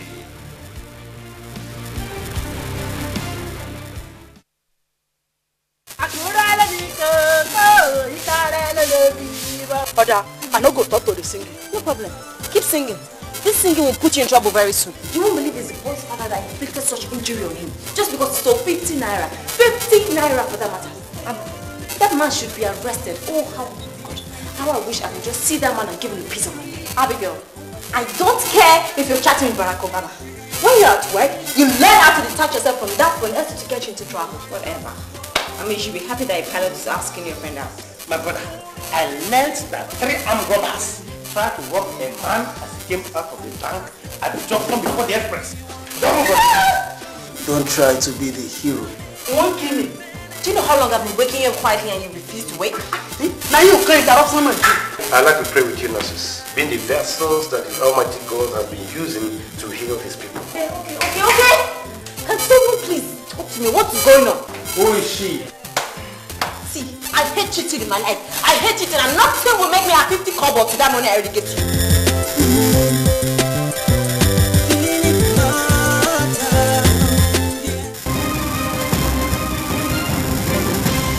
You're watching Morning at NTV with Simon Kasiate, Mabel Kebirunji and Brian Molondo. A very good morning to you. If you're joining us in your office or online, youtube.com/NTV Uganda/live. And we're still at the rooftop of the Kampala Serena Hotel. What an interesting discussion earlier with Kasiate and General Eli Tumwine. First on tree planting, but as the interview ended, a focus a bit on the crisis at the normal gallery, and the general saying exactly what he said he will not be dragged into this stupid discussion as far as the normal gallery is concerned. It says it's owned by Ugandan artists and its purpose is to promote art, and that the general has done obviously, and he says he's not there for commercial reasons. Well, your comments or suggestions on our Twitter handle at morning@NTV. Maybe we'll be back later to give you some Facebook comments. But a few things that he noted: if every citizen of the world is told they have a responsibility to the planet, they can actually plant 12 trees a year. That is a tree per month. I think we should do that. Morning at NTV should start. Should plant a tree every month, eh? Yeah, we need to work on that. Guys, we need to find land first. Maybe you can use the green app here. And he goes on to say, if there's any cause I've ever committed my life to, it's planting trees. And says there's enough land to plant trees right from your home. Well, some of us are definitely renting. The landlord can ask you, nyumba zani zoteka miti, so we need to also be a little bit careful as far as that is concerned. But of course, ultimately, we need to be responsible for the environment. There's more deforestation than reforestation. What is your role?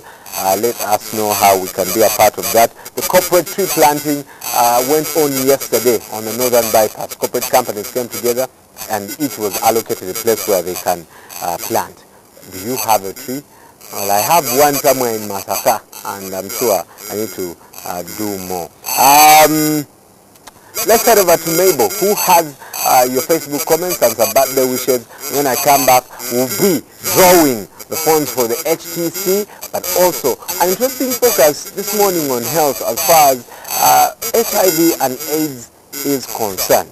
Stay with us. Happy birthday to you.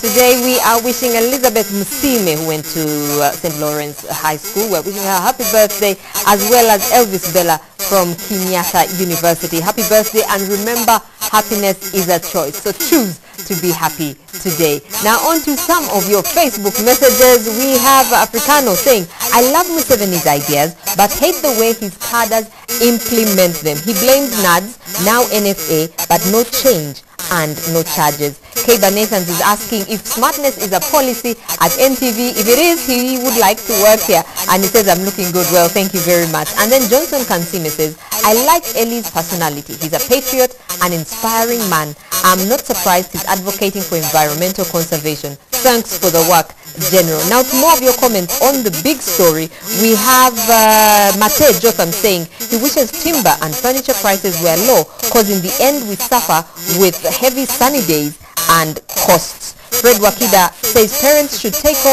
this on and train their children to plant and cherish trees, because even when the youth plant trees without someone to protect and love the forests, they will have wasted their precious time to help a country which doesn't respect forests. And someone, Hilo, says, I know the general from his village base. He is buried in forests, so I expect a lot from his tree mission. And someone is asking, what was the president's intention for giving out part of Marira to Skull? And now he's saying that NFA has done nothing.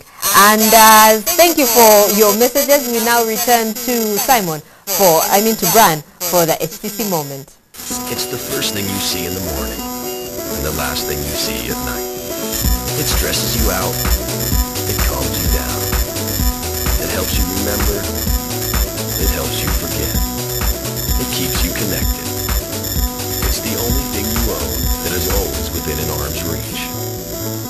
why you don't need to get a phone. You need a phone that gets you. And you. And you. And we are HTC. HTC, quietly brilliant, proudly brings you everyday life this morning. And I promised you yesterday that we'll be drawing 2 phones this week. And the question has been for you to name the host of Morning at NTV on the 1st of April 2014. And Adam Muchibi, Katolu Bwama, and Abu Kawenja. Very simple like that. Very simple. Surely, why would you just answer those ones? Yeah, get an HTC. Yeah. You know, it is not evil to win such a phone. There is absolutely no devil in having such a phone. When people see me on a border, they say, Tunde Simo Gure Motoka. Bakulangire. But Joel sending you this morning, joining me to draw Joel, is there your number in here? I wish. I hope the producer included. So I would want this phone, sure. Alright, Joel, I think I'll ask you to close your eyes. I close my eyes? Yes. You are picking one, first of all, one. I don't feel like. I carry one, you read out the number. This is 0776 352 886. Cut them. 0776 352 886. That's our first winner for the HTC phone this morning. Joel, you have to pick another number. This paper is worth an HTC. Can you imagine? Yes. We can decide to lose it. Okay, now I'll pick with my left hand. This underdog, the one after the ones I want. Only MTN lines, okay. This is 0785 492 889. Something about the 88, the same phone. I will read it again, 0785 492 889. Alright, so when do they come for their phone? We shall call them after the show. Congratulations to the 2 winners. That is 0785 492 889 and 0776 352 886. Someone will be calling you very soon and tell you how you can pick your phone. Wait, this is the number. Katoshi, Katara, Kakoze Katya, okay, you can show that one. I show them. Because they know we are serious business. Okay, you doubting Thomas. Yeah. Alright. Now, this morning, Mr. Zebron Hategeka says he was put on ARVs for the past 15 years following a wrong diagnosis and a test of HIV. This morning we find out how possible is this that you could have negative results, days later it's positive, or the other way around. Stay with us. Coming up, Everyday Life. We started with the goal of bringing the power of computing into the hands of people around the world. From the beginning, we were designing many of the world's first touch and wireless handheld devices. Reaching out to our partners and setting no limits on innovation, we produced one of the most popular touch experience devices of the time. We were building smartphones before the term smartphone even existed. We then set out to make the most versatile smartphones, including ones that let you use either a touchscreen or a keyboard. We saw the potential of 3G early on and introduced the world's first 3G Windows mobile smartphone. We changed the way you use your fingers. Based on our research into gestures, we gave you the intuitive and easy-to-use HTC Touch.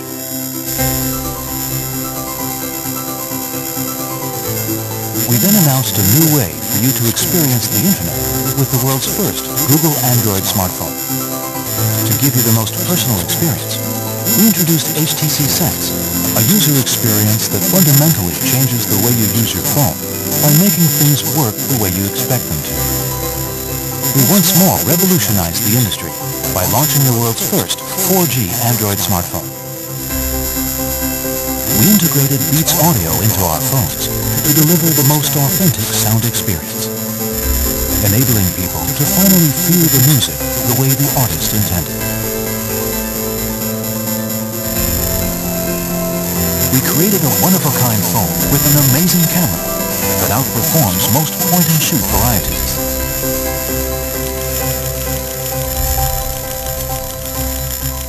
Most recently, we once again set the industry ablaze with the new HTC One.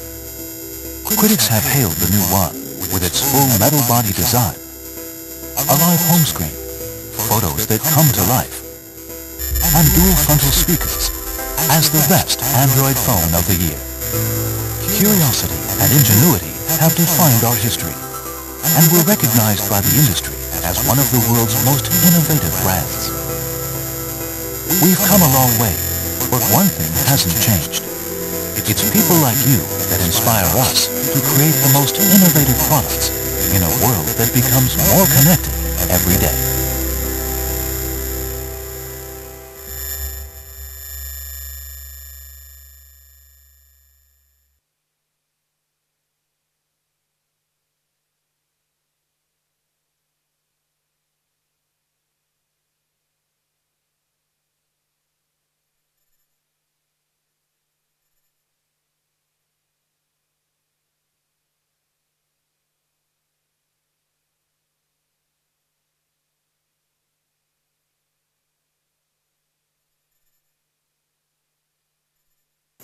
A 64-year-old man was, wrongly diagnosed as far as HIV is concerned. He was told he was positive, yet 15 years later he finds out he's negative and is now in the process of suing Uganda Matters Hospital, Rwanda. We will not specifically talk about this case, but ideally look at under the circumstances, and how can someone be diagnosed like this? 15 years on ARVs, literally treating something that is not there in the body. It's a case that has gone around, but also we know individuals, some of us have been victims of this, where we have been wrongly diagnosed, not just for HIV, but for other diseases. But joining me this morning is Dr. Nyanzi, right, from the International Medical Center. Good morning. Good morning. Thank you so much for coming. Thank you.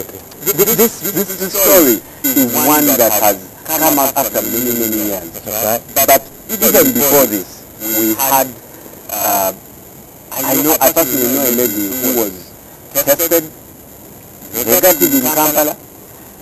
I don't know if she did anything between Kampala and Kalangala, but when she got there, she was positive. How does that happen? Can I begin with the quote? Please. Martin Luther King Jr. said, if a man is called to be a street sweeper, he should sweep streets even as Michelangelo painted, or Beethoven played music, or Shakespeare wrote poetry.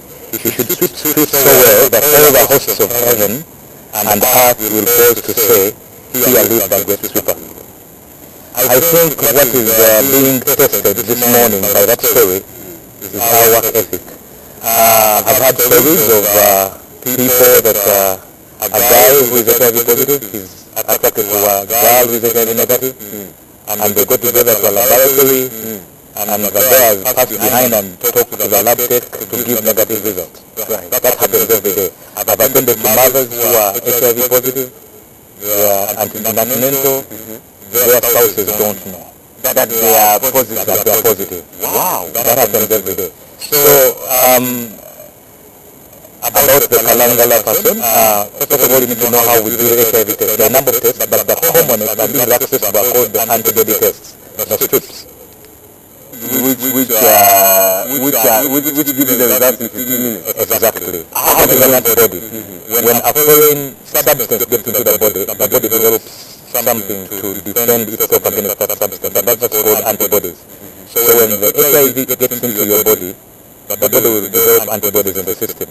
And the tests that are readily available are called antibody tests. But then the second test is called... So those are like generic tests. They don't show you that you have HIV. No, they do. They do, though you can't just because there are a number of, there are supposed to be 3 strips. There's what they call a testing algorithm.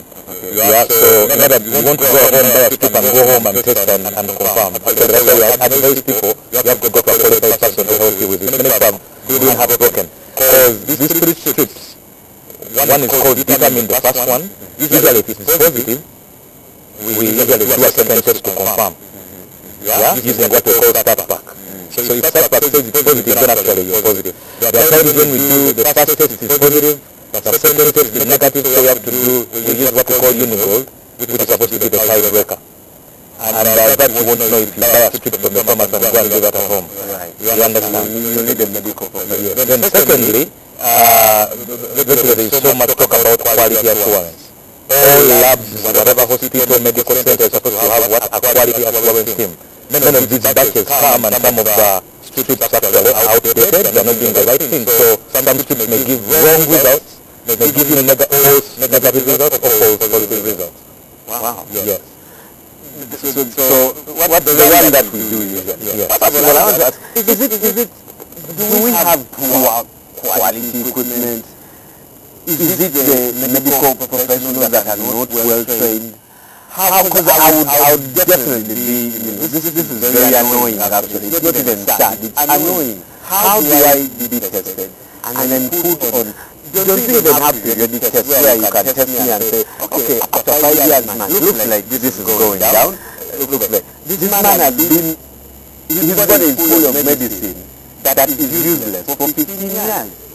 Is the equipment bad? Where is the disparity? That's right. Not wanting to go into that particular story, but over the years since the advent of HIV in Uganda, many things have happened. Of course, the moment you test HIV positive doesn't mean you're going to start medicine there and then. There are other tests that are supposed to be done. Some people have heard of what is called CD4, the white cells in your body. Some of the other tests, because according to our system, somebody to be started on antiretroviral treatment, your CD4 should be less than 150. That's according to the Ministry of Health. WHO is advocating for 500. If your CD4 is less than 100 cells, that's when you're supposed to start on ARV. But now there are also economic implications of that. That's why in Uganda, we are still at 350. Just quickly let us know, how does HIV affect the CD4 cells? Actually, HIV doesn't kill your body. What HIV does is it beats your defense system. So that at the area that couldn't cause your problem, it comes for 2 days and goes.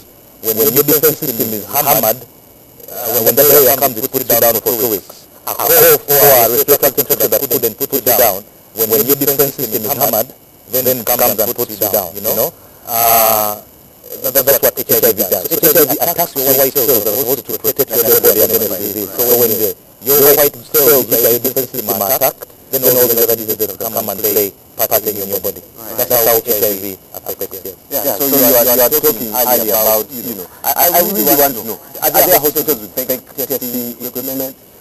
It's very possible. It's very possible. Around, I work in India, International Medical Center in India. But every time I come to Kampala, I see all funny things. Katanga, different medical centers. So it's possible. There are fake equipment. It's possible. There are expired strips. It is possible. There are strips that are not, that are laboratories in town that don't give quality assurance in their laboratories. Yeah. Is there a possibility that this is a microscopic error? It is possible. It is possible. It is possible to walk into my facility where my test strips have not been checked well and I give you negative results, and you walk into a better facility with better test strips and you get a positive result that is correct. So that goes back to the quote I started with. And the quote we are looking at the medical field, and actually lately, I don't know whether our London friends have been out of job, but I've seen them marching around hospitals, talking to patients, looking into the patient files, so they can get a case against the doctors, which is very absurd, by the way. Because if you go to the West where medical issues are very serious, patients are turned away for fear of prosecution. So, my bigger picture of this is for each one of us as individuals, whether journalists, doctors, teachers. I have doctor friends who are working in the private sector, but they are applying for government jobs because they know they will do what they want their government health facility.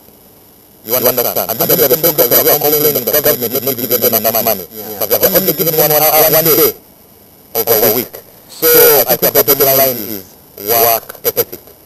Work ethic is very, very important. And you know that, so for me, okay, as doctors, and I know you may not have authority to say this, but especially you see it when people are getting married, right? The church has somehow distanced itself from this. When it comes to married people, it's to produce results for the both of you. From one medical center, because you don't want to come back to us and say, you people teach me with the person with the positive, now I am sick, now all this stuff.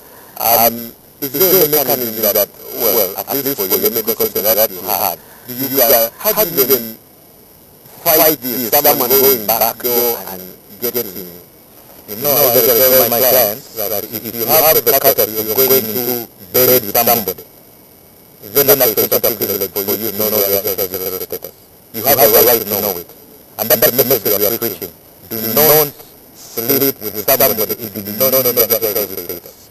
You understand? So, yes, you will go to a facility, but you have to be amidst emotions and emotional entanglement with your future husband, but to be, it is very, very important. I will tell them, please come with your spouse. Coconut don't come alone, and I will encourage them to come in with your spouse. It is your spouse or your sexual partner, no. How do I make sure that the results are given first hand at you, as a medical professional? What do you advise? Of course, there are a number of medical facilities around town, and there are a number of facilities that I know that sell medical results. And they're right on that, you know, these are the very high in our country. But that's why I think people should go to the respected health facilities. But I find when we look at CD4 count, when is the right time to do a CD4 count? Depends. You and me, as soon as one of us is diagnosed with HIV, the next step, as a medical doctor, like my facility is going to get a CD4 count. So if somebody can HIV positive, I will try them to say that a CD4 count. But for pregnant mothers, let's say we are looking at elimination of mothers and transmission of HIV. So for pregnant mothers, actually, as soon as they test positive, they are supposed to bring them on heart, even though the CD4 count, as we prepare to do the CD4 count. But every time they test positive, we have to do a baseline CD4 count. Right. Yeah. Well, Doctor, thank you so much. You know, we need to follow up because the elections have obviously gone certain, and we should pay a visit very soon and do a live, you know, because I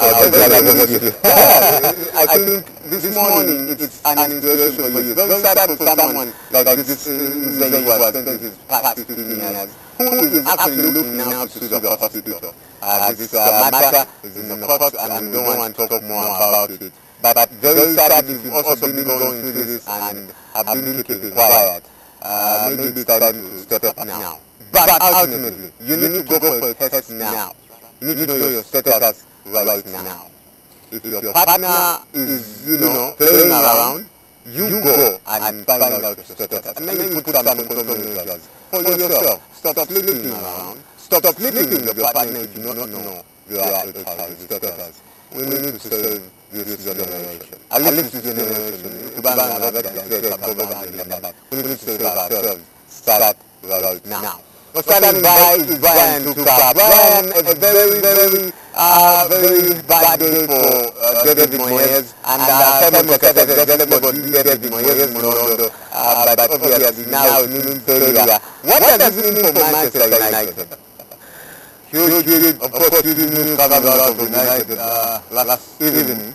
But it was all expected that there's nothing new that came out of there. But we didn't expect it to come this soon. But of course, we'll be saying much more of that. And of course, last night, something Jackson, the NBA. And we'll be talking. He told me to come something from Brazil, something personal from Brazil. But also, Coca-Cola being launched and the 2014 World Cup. Right. Well, it's about 17 minutes on 9 o'clock. Stay with us. We'll be right back.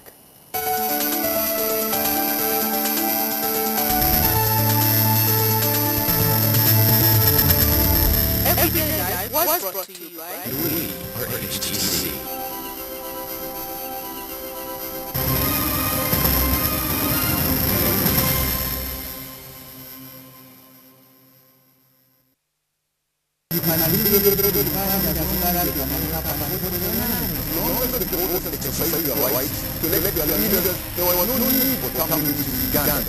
I know how you operate, I know how you feel. There are ways. Why should I collect myself? I accept the truth. I admire the ICC, the first code taken after this. You cannot really the whole cup of the money is not in the budget of this country. You cannot be God. You should study for your folks. Look at Jeremiah chapter 31. The security of this country. You like the independence of the people there.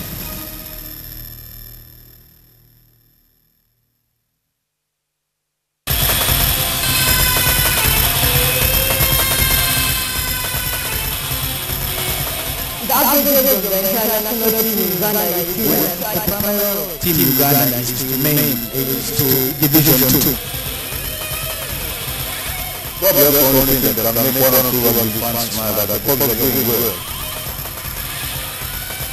The players have put on the war with the game faces.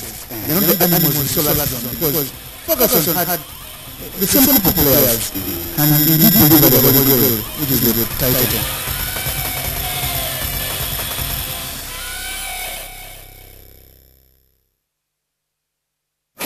Welcome to Cash with Orange. Play and win up to 100 million shillings. Simply SMS the word win to 156. Answer simple questions and earn the highest points to win. Win 300,000 shillings daily. Win 750,000 shillings weekly. Win 2.5 million shillings monthly. And win a grand prize of 25 million shillings.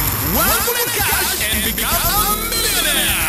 Each SMS costs 800 shillings. Opportunity, happiness, fun changes with Orange. Today changes with Orange. Running out of airtime can happen to anyone. The next time you recharge, simply dial *161# to get going again. On the next episode of Men. Women have accused men of being late bloomers. You keep hearing them say men mature late. Is that a fact? Or is there also a point when men have to settle down and start getting desperate? I don't think that when you settle down into a stable relationship, you stop being forever young. This loneliness thing can happen even to married people. You can actually be very, very close to someone or be very near to someone but still very far from them. No woman will stop a woman. The woman is still offended and she wouldn't even want any other person around to see that man. This man is saying, what's happening? To marry young, so that you have a chance to give the best of yourself to someone. Men.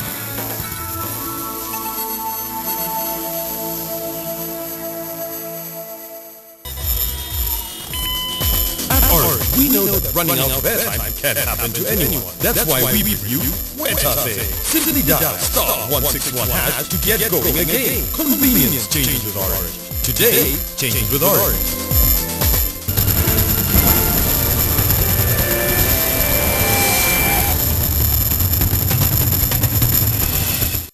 Thank you so much for staying with us. It's about 22 minutes on to 9 o'clock. And this morning, talking sport, Brian took a join with me. No, we'll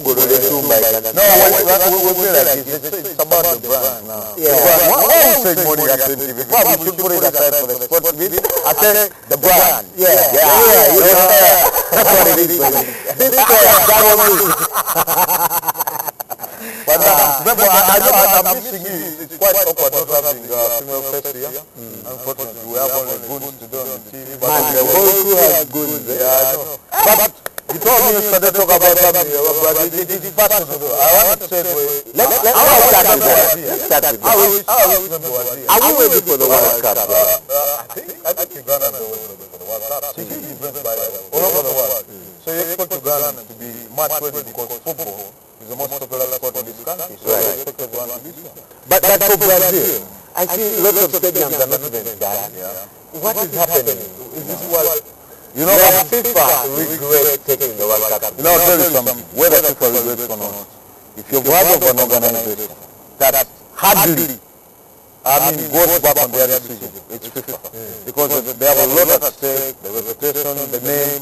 It's huge business, first of all, for them, in terms of football. They were criticized, of course, when they're taking Brazil, especially the British media, saying, why Brazil? You remember when Brazil, South Africa? Same thing. England is more ready. That's what they say.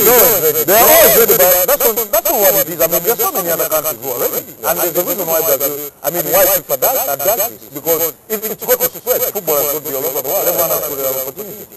But for me, what I will tell you is, I will not explain whether the stadium will be ready and stuff like that.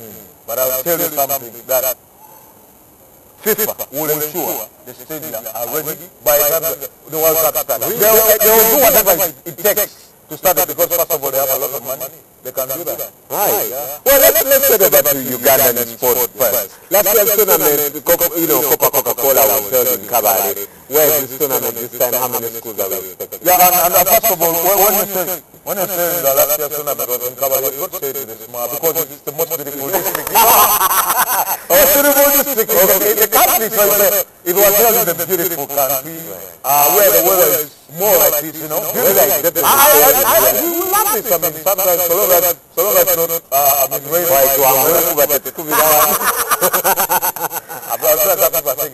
These guys are outside when it rains, what happens? But anyway, Kabale is where it was. This time I'm going in Gulu, St. Joseph's Lady, St. Joseph College Lady. And I think it's a good idea that the tournament spreads every district gets a chance to watch this. And it's such a huge tournament. We're looking at about, I think, 60 schools from across 20 regions of this country. So it's going to be, I think, a fantastic. And Coca-Cola has done a huge job, I think, for that. Does Uganda benefit from such tournaments? Big time, because actually we're so unfortunate that the Federation of Uganda Football, for me I think, FIFA, have not done enough to benefit or reap actually from this tournament. Because in so many, what I want to call cultural societies, who understand what structures and building is, they will take this tournament very serious. This is where you get the next David Oboa. This is where you get the next Ibrahim Sakadia, the next Watabali, the next Hassan Mobiru, Andrew Primo Mokasa.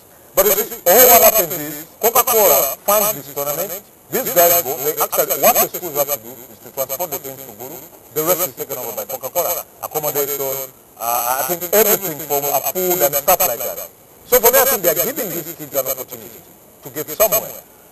Why doesn't the Federation, after that step, come in and say, okay, what is the next step of this? Can we, practice kids? Because what they do at the end of the tournament, they pick the best kids.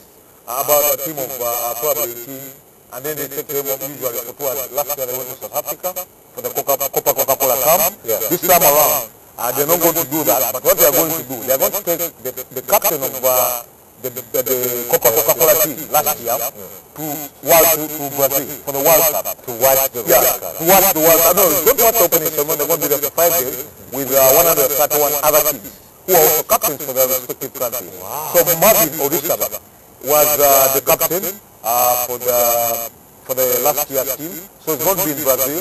All expenses paid for Coca-Cola. Wow. And of course Coca-Cola being the official refreshment for the World Cup. Yeah, exactly. This is beautiful. And then of course they said they're going to be showing a couple of games across the country once the World Cup starts. So it should be fascinating. No, I'm wondering how guys are going to be coming down at 3 a.m., 2 a.m. to go and watch the World Cup. Security has got to be on your toes because guys are going to rob people when they're not here. I'm sure probably NTV can do it. I'm getting ready for that because I'm changing my entertainment system at home, getting some much bigger screen. So, after watching the game, I come and do the show. So yeah, just leave it.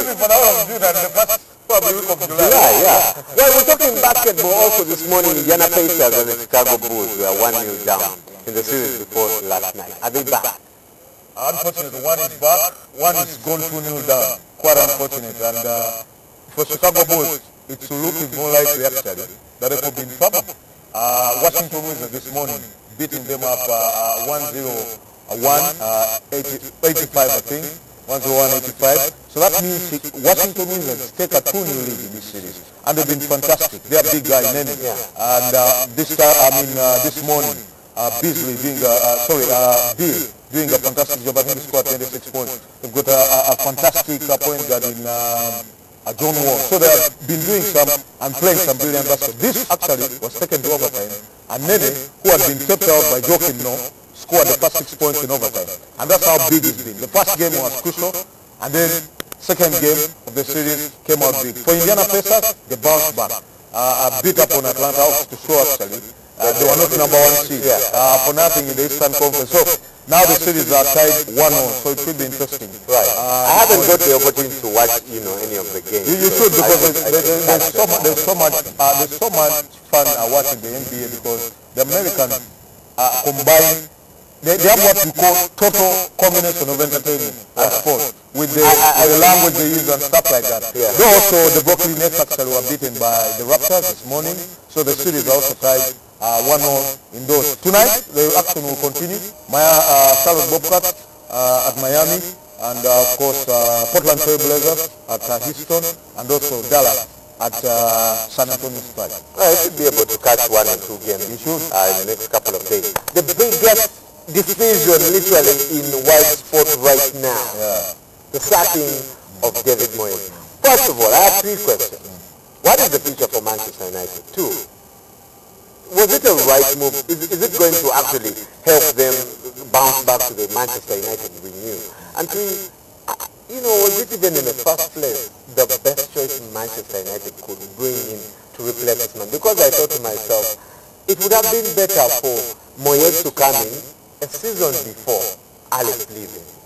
You mean like Moyes probably being being assistant coach for 1 season, then taking over the mantle? That would have been easier for him. Good. Yeah, I get what you're saying and I get where you're coming from, but it's a tough decision. I mean, David Moyes, imagine, last year, before he left Everton, it was his 11th year.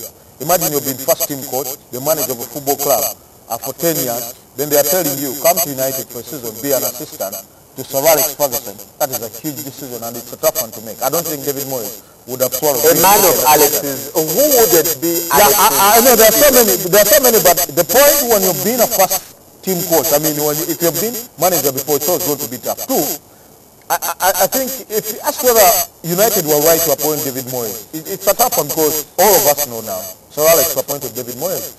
But I also understand why Sir Alex did. I mean, this guy was at Everton for 11 years. He managed to take Everton to Europe twice. The first time I think they missed out because Liverpool had won the Champions League, if I'm not mistaken.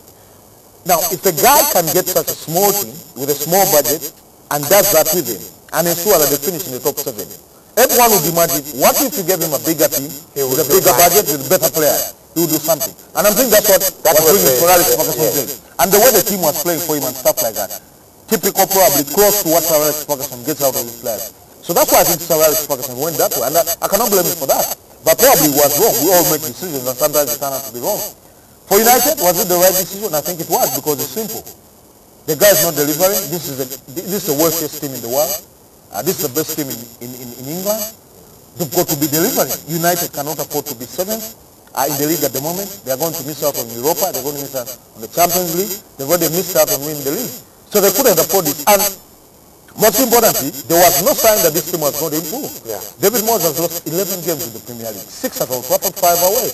You can't be doing that. They're going to finish the lowest total points in the Premier League. It's too risky a business for a team like Manchester. Absolutely, and you've got to lay up to that. But I think for me, if Moyes had come in and you could see what he was trying to do, that United are playing this way, they're trying to do this. I think United will look back and say, okay, if you give this guy money, buy his own players, then you could see what he's doing. But there was nothing like that. Team no identity. He was clueless on the bench. Wrong team selection, wrong substitutions. Everything seems wrong for me. And I think United are justified. Of course, now at the moment, Ryan Giggs is going to take interim charge, assisted by, I think, Nicky Butt, his former colleague at United. Then we can see from there, but there's been a lot of talk about Louis van Gaal could be the next United permanent manager. Apart from 2 or 3 years, and then we see what comes up, because I think they wanted Jurgen Klopp. Jurgen Klopp has come out to say he's not going, but that's what I'm saying. In football, we want people say, I'm not interested. Jurgen Klopp has done well with Dortmund. Absolutely. The next day, guys say, how much are you earning? $3 million. We'll give you 7. Then the guy said, hold up a minute. I will be on the I'll think about it. Then, but, you know, so it happens. But I think most likely now, the most available candidate for me is Louis van Gaal. So Louis van Gaal should take over his one league at Bayern, Barcelona, Ajax. Very competent guy, very successful, very good manager, tactically in everything. He'll play good football. Like he's like the older version of Pep Guardiola. Something like that. Awesome. Actually, Pep Guardiola learned from Louis van Gaal, I could tell you. Beautiful. And now I'm told, I was really casting this, that Pep Guardiola learned how to coach at Arsenal. That's a lie. That's what maybe you try teaching him how to finish fourth, but it's the truth. But the government is young, and let's win some this season. Well, the big one is on tonight, Real Madrid against Bayern Munich. That should be a very, very good game to watch. Huge game. But maybe before we get into this one, but yesterday, Atletico Madrid Chelsea. I think yesterday when I was talking about this game, I said they're tough game to call. Yeah. And when you could see, I'm sure I played chess before. Clear chess game for me. Yeah. And it ended goalless, like expected, one of the most boring games. But there's a lot of stake. Atletico and Chelsea don't care if it's Was it a good game for Chelsea to go away and and I think a point. Yeah. You see, the thing is, a goalless game is very deceptive. It's advantage Atletico, I'll tell you. Much as Chelsea picked a point, because it's very deceptive thinking you've not proceeded and you've gotten a point. Now, once they arrive at Stamford Bridge, if Atletico takes the lead, Chelsea have got to double that. Yeah. Whatever Atletico do at the Stamford Bridge, Chelsea have got to double. The good thing, any win takes you through. But any other goal-scoring draw, Chelsea are out. That's the tricky part about it. But it was such a tough game. Tactical managers, paying a lot of attention to almost each and every detail. Yeah. But you have to think also that that's what we expected to start with. Mourinho, Diego Simeone, they've been like that. But these guys, the biggest worry for me, I think, for Chelsea is the problems they got in that game. Obi Mikel got a yellow card, misses the next game. Frank Lampard, same thing. John Terry had to go off injured. Peter Cech is out for the rest of the season from what I've gotten to know. Yeah. Those are 4 crucial players that could be very helpful for them. What do Chelsea do? And they have a big game against Liverpool. Will they be interested in that? Should they rest players because they are limited now? We can only wait and see, because from what I get, John Terry will be out for the next game. So is Peter Cech. Of course, Leland's out of suspension. Yeah. So that's going to be a tough one. So I'm thinking the next game is going to be a little nervy and edgy. Chelsea would want to get the first goal immediately and try to defend it and see what they can do. But if Atletico get one back, then it should be an interesting game to see. Actually, it will be more interesting if Atletico takes the lead. Chelsea will know they need to take the initiative and get the goal. To get 2 goals. Wow. But for Bayern Munich, Real Madrid, there's not going to be anything like that, I'll tell you. Really? It's open football. We've got to score. Both managers believe in that. Pep Guardiola, we know. Passing game, you need to create chances. Yeah. Carlo Ancelotti, he's always coached good football. Passing game, we need offense. Is very important. I think the key to this also is going to be who defends better, because offensively both teams are really good. The BBC combination, they call it. Karim Benzema, Gareth Bale, and Ronaldo, most likely will start today. They will bother the Bayern defense of Dante and Boateng. But on the other hand, Bayern have got Frank Ribery, Ian Robben, Mario Götze, Mandzukic, Thomas Müller, and the rest of Bayern Munich. The whole team almost is offensive. So for me, the one who likes to defend better than the other could come out top, but it's going to be really crucial for Real Madrid to get onto the ball, much as Bayern are going to be doing that, because Bayern are very good and comfortable with the ball. They possess it more, and Pep Guardiola's teams, naturally, possess it better, create more chances. Madrid can, but they've got to ensure they've got to get the ball. They shouldn't allow Bayern to press them and break the ball out of them. Right. Yeah. Well, I'll definitely catch that one. It's going to be fascinating. 9:45, everyone should be in their screen. It's going to be a fantastic game of football. Though I fancy Madrid to go through. I'd already predicted Madrid, Chelsea. The final. The final. All right. In Lisbon, Portugal. You'll catch more sport later at 1:30 p.m. with Lumansi and Alan, and of course, Sports Bar Brian is on Sports Bar every Monday 10:30 p.m. With the rest of the gang. Before we head out, here's the African proverb.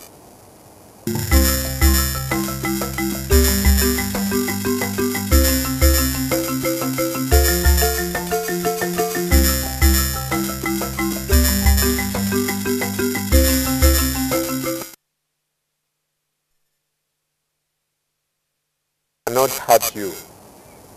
The enemy cannot hurt you from When there's no energy within. The enemy cannot hurt you from outside, from without. Say that again. Okay, I told you when there's no, but I need to think. When there's no energy within, yeah, the enemy cannot hurt you from outside. Wow. When there's no energy inside, the enemy cannot hurt you from outside. When there's no enemy inside, when there's no enemy inside,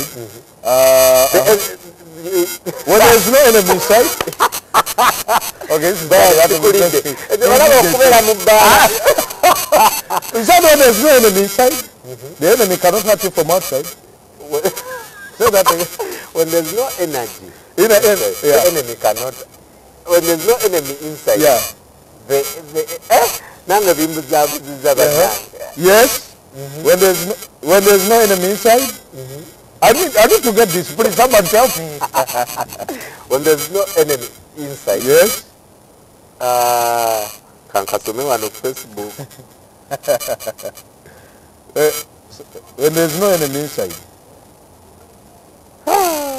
Please, someone tell me, whoever is here, I mean, there are so many people here. You guys can't say anything. Are you kidding me? When there's no enemy inside, yeah. Hey, I thought you had got to you cannot, man, this HTC is also confusing me. Hey. When there's no enemy inside, the enemy outside cannot touch. I get it. I think now I get it. I think clearly sometimes we cause our own probably problems. Somebody should be like that. Because you're acting inside, and probably it's easier for someone to hurt you. But if you're strong inside and believe in yourself, probably you feel at the end of the day, I will be fine. I can handle this. I can fight this to the end. So I don't think someone is going to come and tell you, okay, or put me. You tell him, no, I'll be good. I got this. Yes. You know? Yeah. I didn't know. I'll be cool like that, man. All right, your comments on Facebook are saying it means that you have to be strong inside to make sure that you defeat the enemy. Isaac is saying you must be strong, otherwise everything you work for will come down. All right. Yeah, and I think it's more to do with creating our own problems, being our own enemies. Right. In terms of facing certain we are our own enemies. We are our own enemies, yes. I think it starts there. Before someone actually hurts you, probably it's you hurting yourself. Right. Well, please share with us your African proverb, and you can just tag your name onto it. We've seen so many on Twitter and Facebook, and we will profile your proverb. I should look for one in Wichiga. I bring it here. That one. Hopefully the Uganda Communications Commission does not close us. If you get a proverb from Bachiga, yeah, it may be misunderstood. It may be too rude and too harsh. Our problem is that day when I get it, maybe I will end up slapping someone. Yeah, she's a Bachiga. Well, we want to say bye-bye, have a good day, and the morning show, Morning at NTV, continues with Soul Moment. We'll see you tomorrow. Bye-bye.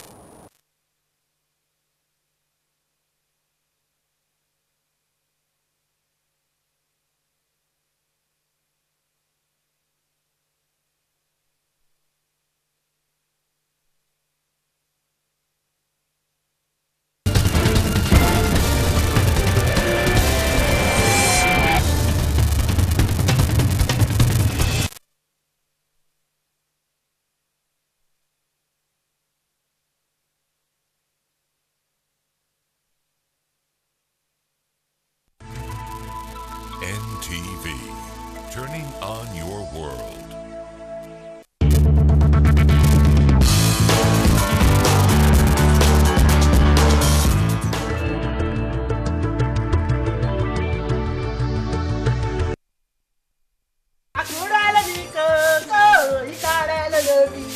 Oda, I no go stop to the singing. No problem. Keep singing. This singing will put you in trouble very soon. You won't believe it's the boy's father that inflicted such injury on him. Just because he stole 50 naira. 50 naira for that matter. That man should be arrested. Oh, how I wish I could just see that man and give him a piece of money. Abigail, I don't care if you're chatting with Barack Obama. When you're at work, you learn how to detach yourself from that phone else to get you into trouble. Whatever. I mean, you should be happy that a pilot is asking your friend out. My brother, I learned that 3 armed robbers tried to rob a man as he came out of the bank at the junction before the express. Don't try to be the hero. You won't kill me. Do you know how long I've been waking you up quietly and you refuse to wake? Now you can't interrupt someone. I'd like to pray with you, nurses, being the vessels that the Almighty God has been using to heal his people. Okay. Can someone please talk to me? What is going on? Who is she? See, I hate cheating in my life. I hate cheating and nothing will make me have 50 kobo to that money I already get to you.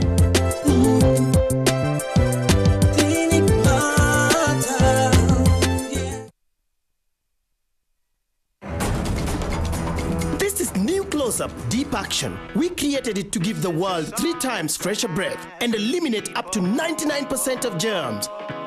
Maybe we went too far. There's an outbreak of freshness.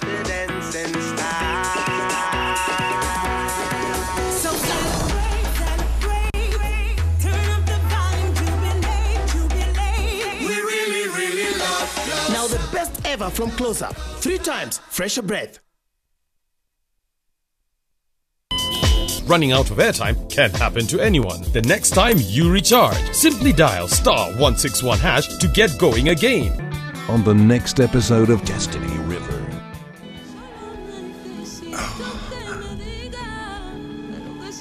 Yes, Stella. Does my father already know you're leaving the farm? I talked to him already. You're talking about my father. Okay, I'll pretend I believe you. But you're a lousy liar.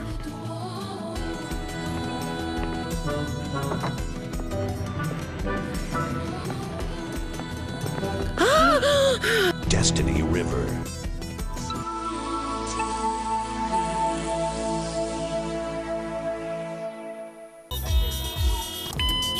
At Orange, we know that running out of airtime can happen to anyone. That's why we bring you Wetase. Simply dial *161# to get going again. Convenience changes with Orange. Today changes with Orange.